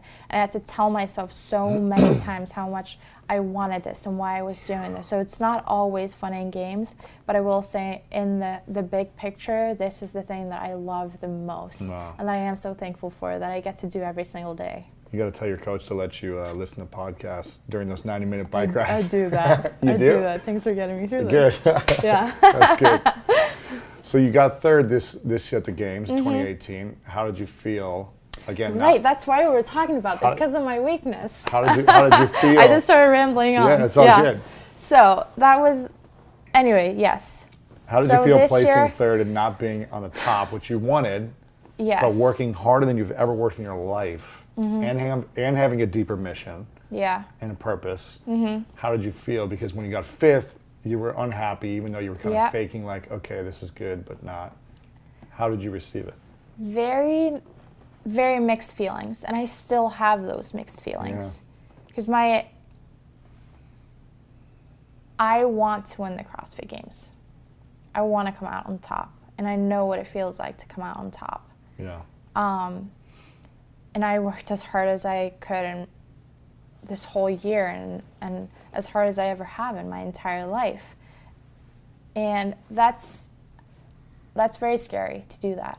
Because if you do that, if you actually work as hard as you can, and you still come up short. Oh man, that's you have tough. No excuses. That's tough. You have no excuses, and that's really tough. But at the same time, it's like I woke up the morning after, and my initial reaction, it's like it's done. There's nothing you can do about it, and I didn't win. It's like, it's like. And you knew you gave everything in every event. You were like. So it is hard, and it's not what you want, but at the same time, I'm so proud of the work that I put in. I'm so thankful for how much my coach coaches me and teaches me every single day. My family, my friends, they're so incredibly supportive. The amount of support, like Christmas, it's like I was late for Christmas dinner. My mom didn't even blink an eye. She was like, it's like I'm stressing, trying to shower and get ready, and my mom was like, it's okay. Like she knows how hard I was working, why I was doing it. Yeah. And it's like it just means the world to me. And so it's like all those things that I'm so thankful for, and I have to celebrate that I did take third. It's incredible. It's amazing. But at the same time, I want more. Yeah. So what's the big weakness then? The big weakness, back to it. It's like raw strength and power output. Raw strength?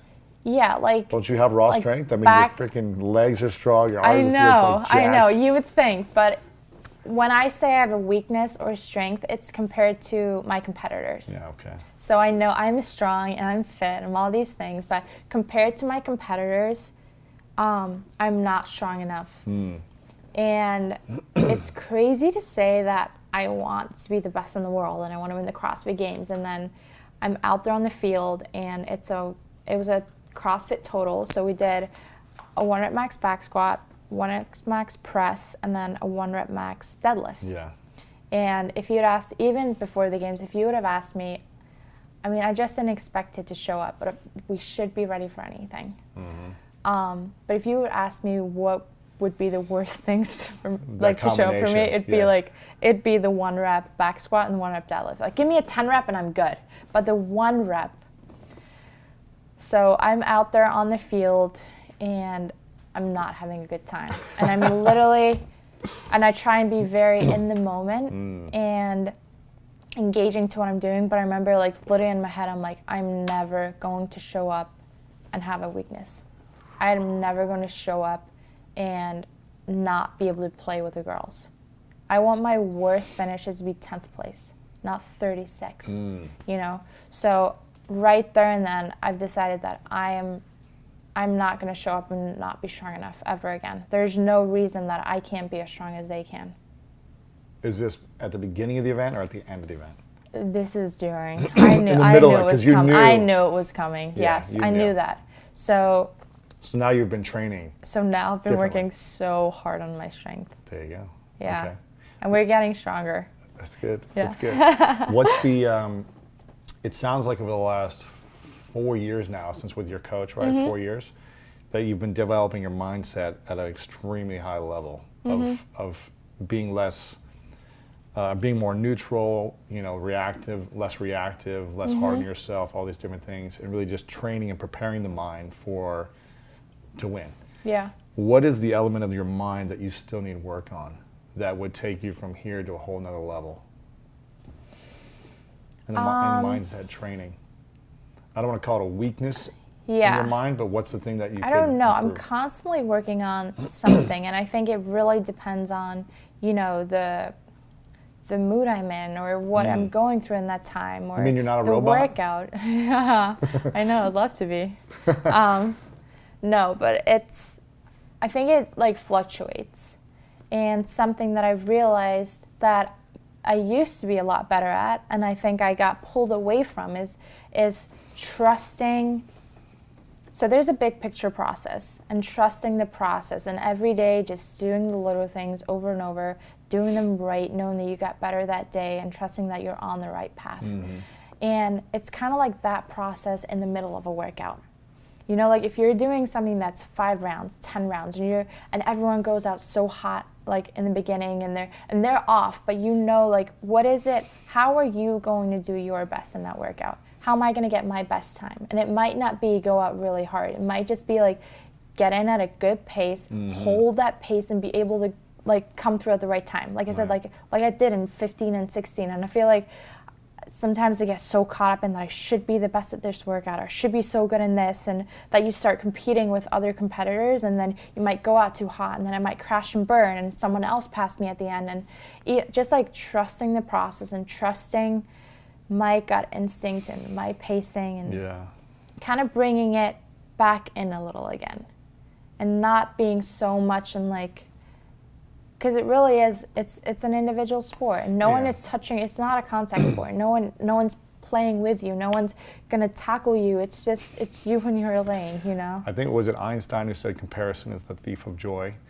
How true is that? Right, and so the more you compare to everyone else's times or whatever it may be, I think that's good to train maybe that way, to be like, okay, I know I need to like chase this person and this person, but also just chasing your own best times and your own best. I do that a lot in my head. I put a competitor next to me to make sure that I'm pushing and pushing and pushing. But yeah, at the same time, you have to like, was it my best? And if it was, like high five and move on. And if not, then you can like, all right, we got to change that. Yeah. What's the part of your daily routine that you love the most? My mornings.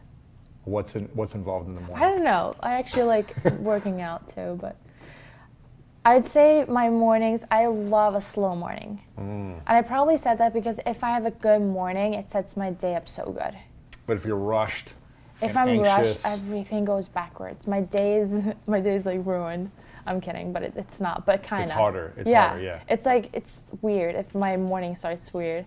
But I love just like, I set an alarm like 2 hours before I have to be anywhere. And when I'm in like a great routine, and it was probably my favorite like this summer, like leading up to the games, when every morning I would wake up and just make my coffee, and then bring my coffee out and then just read a little bit. Just like have time Relaxed. to just sit and read, and then I would journal after.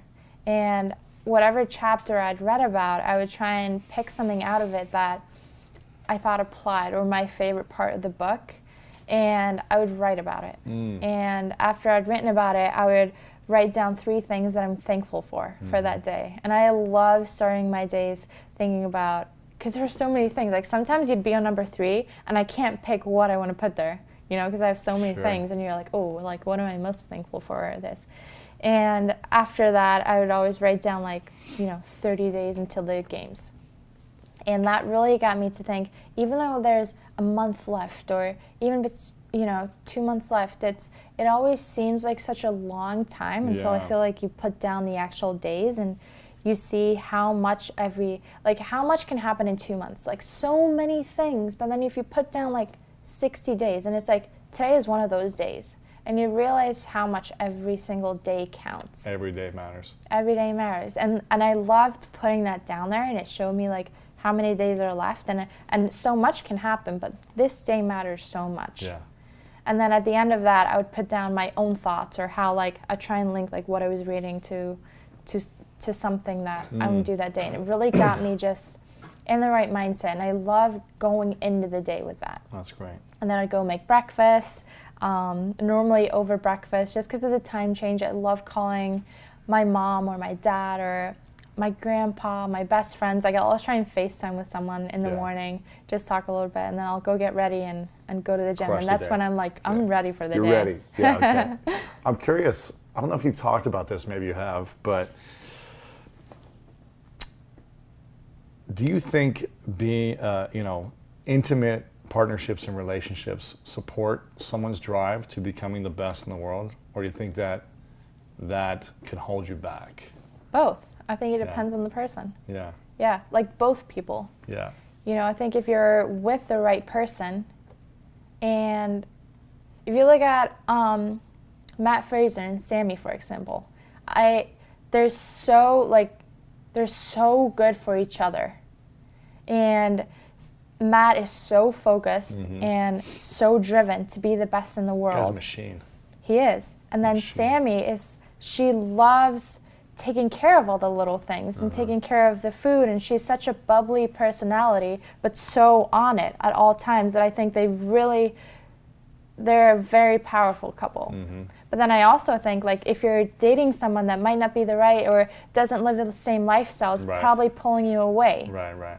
So I think it's just it's a good mixture of both, and I think it really depends on who it is. Yeah. How do you feel about it personally? I'm not dating anyone, and that's kind of like, I think that scares me a little bit. I think if I were dating someone, I think I'm scared that he would be pulling me away from what I'm doing. Wow. Or if I'm not very excited, then I feel like it might not be the right thing for me to do. But at the same time, I'd be open for it. And if it was the right person or someone that is living the right lifestyle, it's like, of course, the option's always there. Yeah. But I don't know. Have you It's been like, with someone in the last few years where you've been training full time and been in a relationship too, or like No, an extended relationship? No, I've dated someone in like my recovery period after the games when I have enough time. For a couple but months. then then suddenly my focus all like goes in. Yeah. Okay, interesting. All right, I won't go into that more. I'm just fascinated to see. I know, like, everyone is so curious. I think it's just like when you obsess I guess I over just don't. something. Yeah, I just don't have an answer. But When you obsess over something that much in a good way, I think it's hard to do it when this is like your time and your moment. And I was talking with another friend of mine, Nick Simmons, who's an Olympian 800-meter runner, American champion in the 800 and all these things.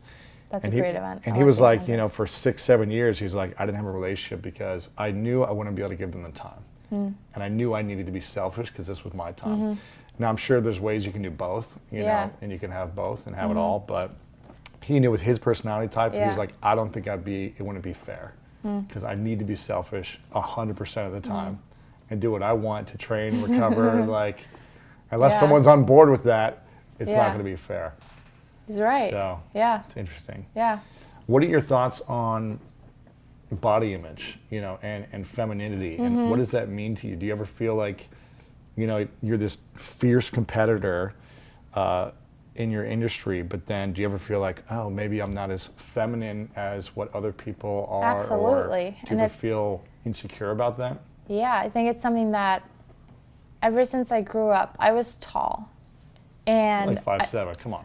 It's not that tall. Okay, so I know, but I wanted to be a gymnast. Yeah, so I see. was so tall. So you were tall in the gymnast world, yeah. I always wanted to be smaller. I always wanted to be skinnier. I always wanted to be lighter. I look at pictures of myself when I was a kid, and I was so skinny. I was taller, but I just wanted to be smaller. And I think that's the way that I kind of grew up, was always wanted to be something different. And I wanted to have curly hair, and I have straight hair. And it's like, it's all these little things. And after starting CrossFit, it's when you work really hard towards something, and like I always had big shoulders, or I had the big biceps, or this or that, and now it's like, look at what they can do. Look at what my shoulders can do. Look at what my biceps can do. Like, it's amazing what our bodies can do. And I think if you look at it that way and you look at, I have a six-pack because I work out, and that six-pack can do this, and I don't know, I think it can make you more proud of the body that you have. But of course I struggle. I'm in different shapes, different times of the year, and of course I'd love to always just be shredded and look like a Viking, like I do at the games. Yeah, right. But at the same time, it's like I'm not going to look like that and get stronger. And you just have to put things into perspective. And I think we all struggle with it. But I think it's just cool that we all have these different body types. And I think you see it a lot at the games that, that we're different heights. We have different shoulders and legs, but there are all these amazing bodies that can do all these things, and every single one of them beautiful. What's it mean to be a beautiful woman? I think I always go back to the confidence thing, I think that always shines through. If you're happy with who you are, if you're happy with what you're doing, if you're living your life and kind of like in line with what your goals are, and you're confident in that and that you're doing that, and you have healthy relationships, I think that always shines through. That's a great answer. Yeah. Oh, thanks. Great answer. And do you have a message for young girls or women who maybe don't believe in themselves, or don't think they're pretty, or don't think they're short enough or tall enough, or whatever their insecurities are? Do you have a message for them? Something that I actually have this on as a bracelet. I'll show you. It's here. I love blue, and it has little gold sparkles in. Yeah. It's be the best me. Ooh, okay. I think there's only one of each and every one of us. And like we've talked about a little, it's like you only have control over so many things. And we have control over ourselves and what we do, and how we treat others, and what we do, and how we act. And I think if in each and every moment we focus on becoming a better version of ourselves, I can be a better daughter. I can be a better friend. I can be a better athlete. And all these little things. In each and every moment we make the right choice to become a better version of ourselves. And in return, it's like if you're being a better daughter and you're treating other people well, and you're getting better in your craft, and I think that can only push the world upwards. That's good. What's the greatest lesson your grandmother taught you?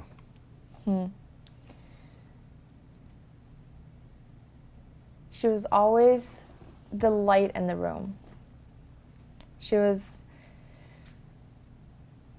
think the biggest thing that I take away is how she made other people feel about themselves. She was always a light, how she presented herself. But the biggest thing is, and this is something that I really try and do, is things like how she says good morning to someone that she doesn't know, or when she'd meet someone in an elevator, it made them feel important. And they could leave that room, or that little, it might not be a big interaction, but they could leave it and they could feel good about themselves. And they could feel seen and feel important. And I always want people to feel like I can give them, the attention that they deserve. And that's something that I try and live by. That's great. And your coach, Ben, if there were 3 things that he says to you on a consistent basis, that if there's someone who just needs coaching in their life, they could be a CrossFitter, they could be a basketball player, they could just be anything in their life. Yeah. But there's 3 lessons that he shares with you on a consistent basis that you would share with everyone else. What would be those principles that he constantly instills in you? That is a great question. I don't know how to put that into 3 things. Or even just 2, 1 or 2, yeah. No, I think there are way more. Yeah. The top 3 things. The top 3. That coach someone. It's focusing on the right things. It's probably the you can't control others or the outcome, but you can control your sleep. Make sure you get enough. That's like my number 1 recovery thing is sleep. Like, if for nothing else, just like get your 8, hopefully 10 hours of sleep every night. Wow. And it's your diet. It's, you know, it's the effort that you put into what you're doing, whatever your craft is. It's focusing on the right things, and I feel like when you do that and you focus on the things that you actually can control, I feel like your mind is like, it's like a windshield wiper. It's like Clear. you just see things clear, and you're not constantly like fussing about little things or getting aggravated. Like, if you can change it, just change it, and if you can't, then move on. You know, and you're not. I don't know. It at least gets my mind so much clearer. I think. Number 2 is probably focusing on details. I think there are so many little things that you think are little things, you know, like that a little accessory thing at the end of your day that you could just skip, or, you know, just having that one cookie. You can just have that one cookie, or, you know, watching Like one those more. cookies. Yeah, don't we all? And then, you know, watching one extra episode at night, because it's like, it's only one more, but you're losing that hour of, you're losing that hour of sleep. It's, you know, it's washing your hands, you know, so that you don't get sick, because a sick day, you know, can set you back a couple days. It's taking care of all the little details that seem so little in the time, and they're like, oh, it's just 1% or 1%, but they're really quick. 1% add up really fast to something that's really big. Yeah. And the third thing is relationships. It's developing great relationships around you, and I see that with the way that he treats his family and his friends and who he coaches. It's like you create a great life with the relationships that you create around you. Yeah. What's your greatest fear?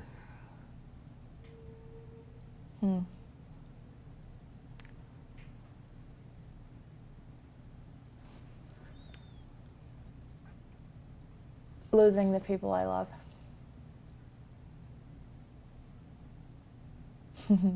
Why is that?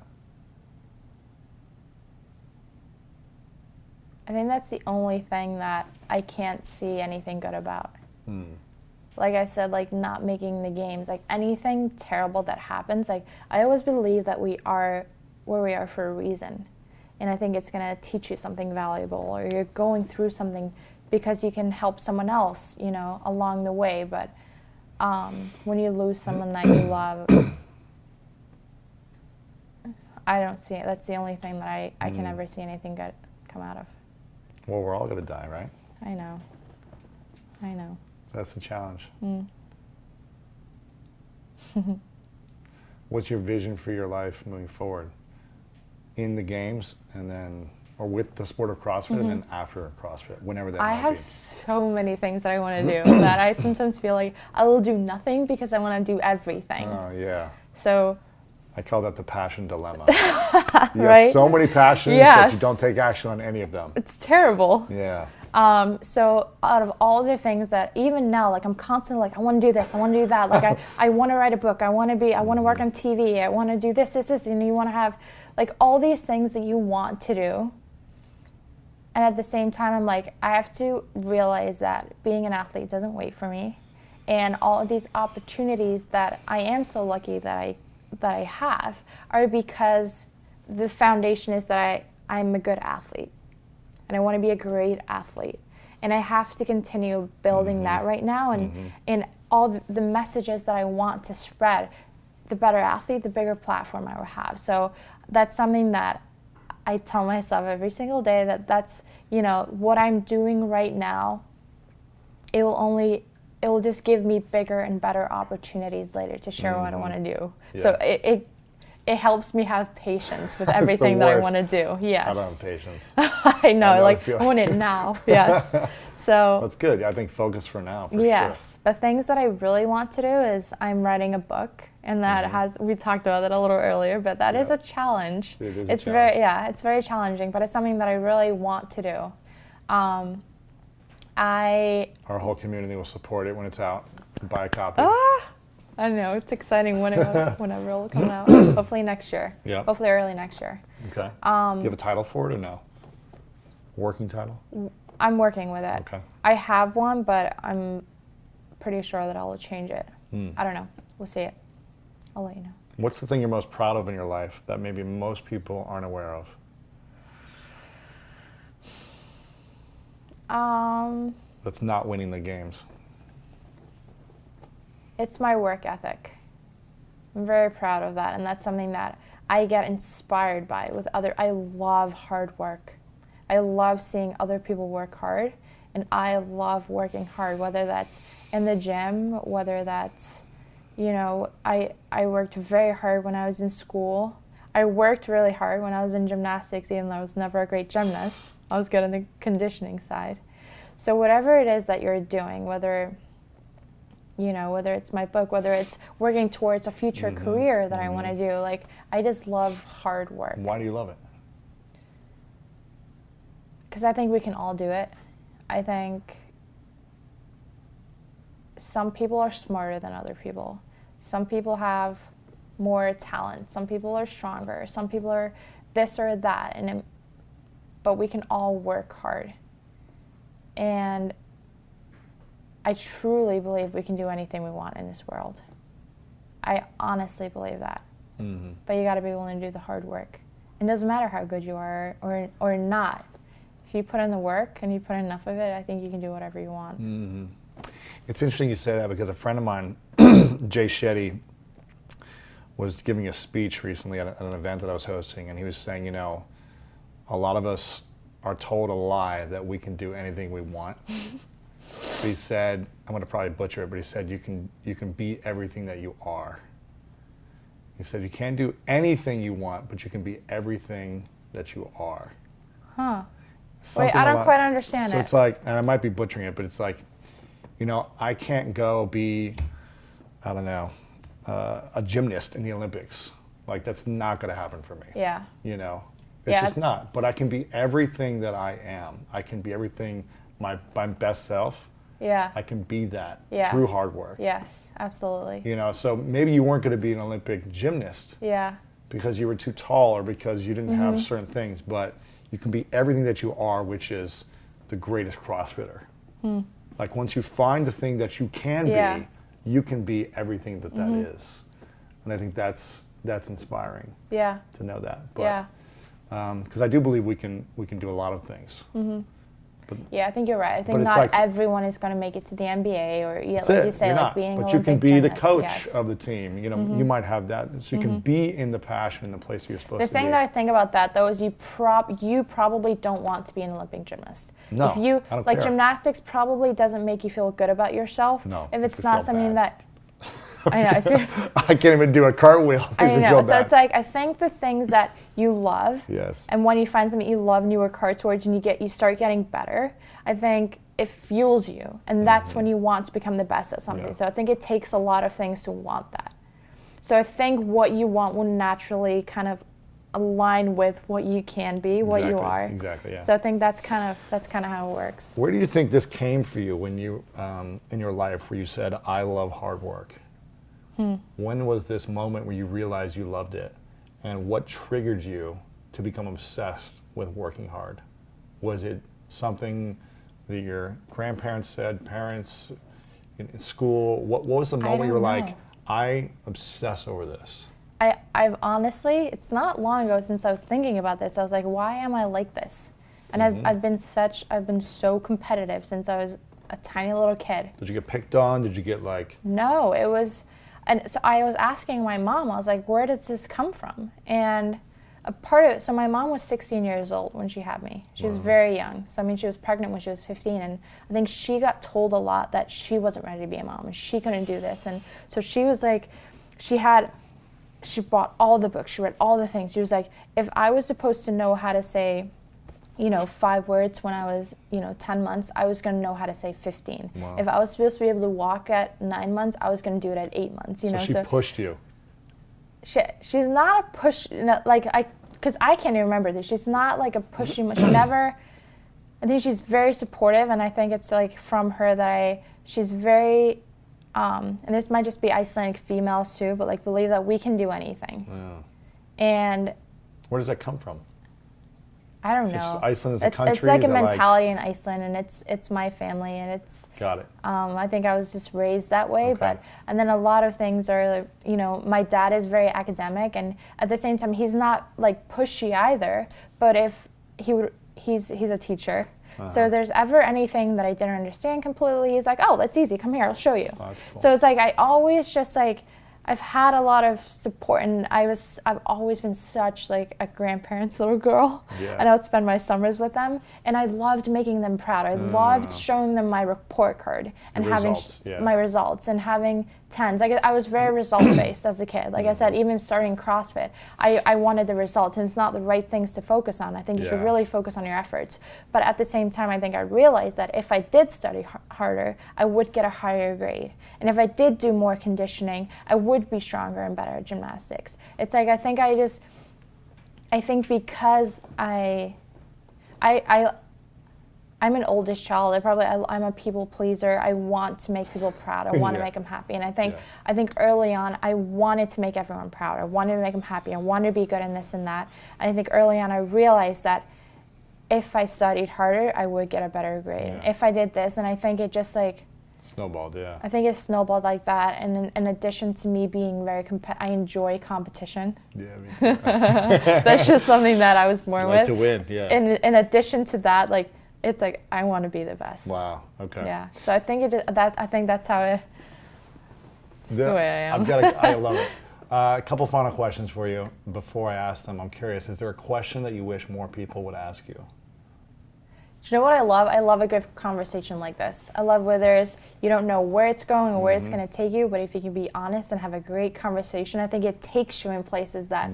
I think when someone has made up questions beforehand, or if it's an interview and they're very like, if they know the questions they're going to ask before, I probably know them too. Right. You know. So is there a question you wish more people would ask you? No, I normally just get surprised by where a conversation goes, and I'm like, oh, I like where this is going. But no, I normally don't know. Yeah. Okay. I was curious if you wanted me to ask you something that you've never been asked. Yeah, I'm actually going to think about this. Let me know later. Yeah. We'll let you know later.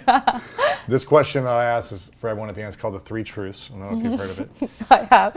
And So it's so funny. Question. It's so funny when people get surprised by this. I'm like, do you even listen to this podcast? But then last night I was over at Ben and Heather's, and Heather goes, have you decided Three truths? I was like, I would have been one of those people. It would have been like, a lot of people are like that. They listen to it and then they don't think about it. It's all right. So you know the question. It's if this was the last day for you, many years from now, you got to pick the day. But we all die, at least for now we do. Yeah. Unless we figure something out through science. And you've achieved everything you want. You've won 50 times in the games. You've done anything you wanted to do. You've written the books. You've been on TV, like all the stuff. You've had a family if you want to do that. Whatever it is, you've done it. But you got to take it all with you. And no one gets access to your content anymore, or your videos, or your message. Just memories, right? But you got to share 3 final lessons or truths that you would share with the world, that this is all they would have access to. What would be your 3 truths? Number 1. I did get to think about this? I did get to think about this. The first thing would definitely be gratitude.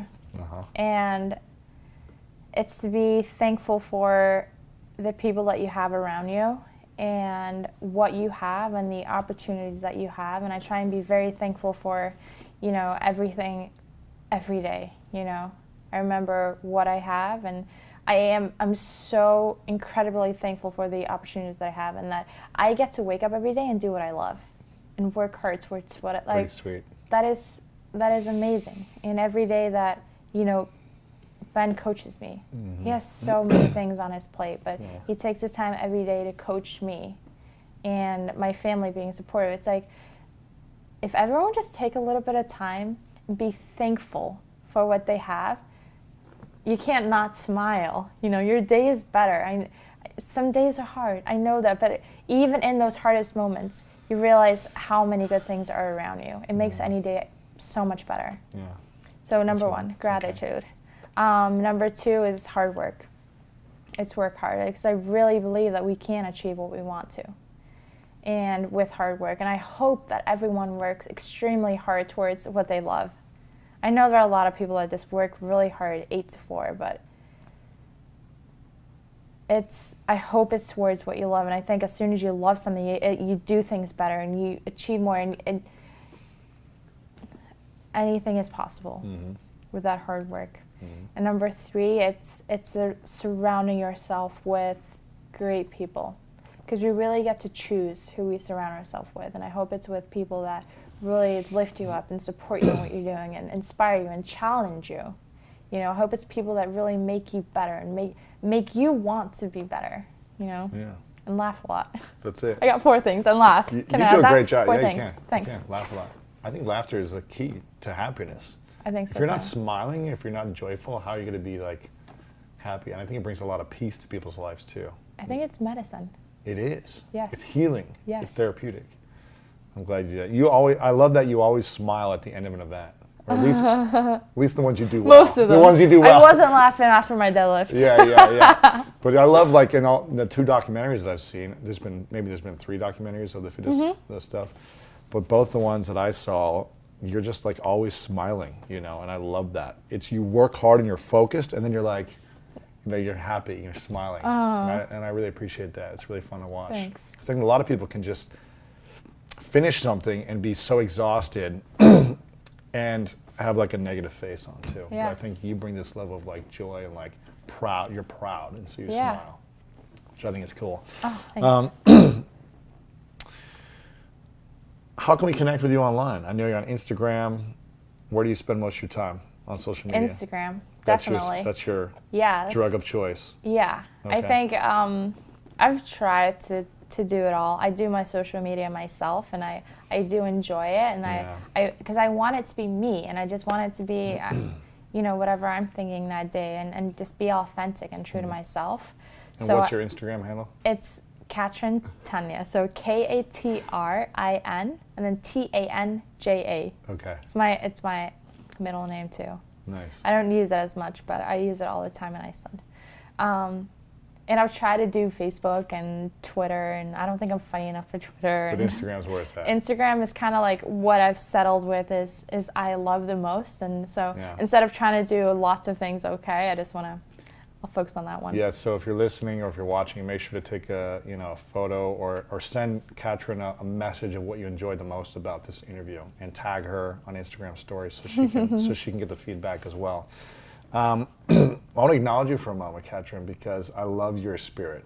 I love your energy. I love your heart. I love your commitment to the people in your life, the level of passion you have for your coach, for your family, you know, for your grandmother, for all the people in your life is really inspiring to see that you're not just in it for yourself or your dreams, but you're in it with the people around you. And that's really inspiring. I also want to acknowledge you because I don't think it's easy to be a woman in general on social media, period. With the comparison and the pressure and insecurities and anxiety that's happening in the world right now. And I think you're doing an incredible job owning who you are, owning everything about you, you know, that you are different and that it's inspiring. And I don't feel like there's any insecurities about you when I'm spending time with you, with your postings online. Where I think you're a great example because there's a lot of women or girls, young girls, who are constantly insecure and comparing themselves to every other girl or woman.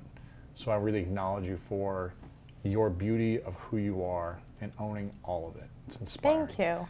And I also acknowledge you. Appreciate that a lot. Of course. And I also acknowledge you for your champion mind and the mindset, because I think it's really hard to qualify for something and then fail and not do it and then come back and win back to back. That's like unheard of.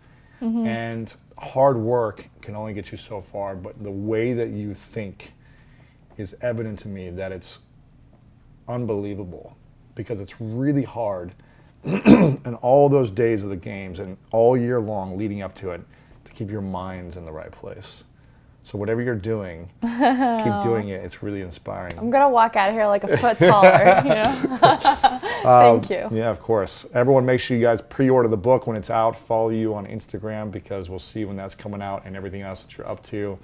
Final question for you is, what's your definition of greatness?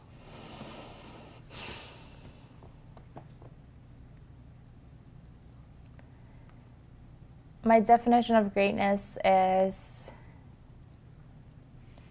hard to put this into words, but it's when you're happy with what you've done. And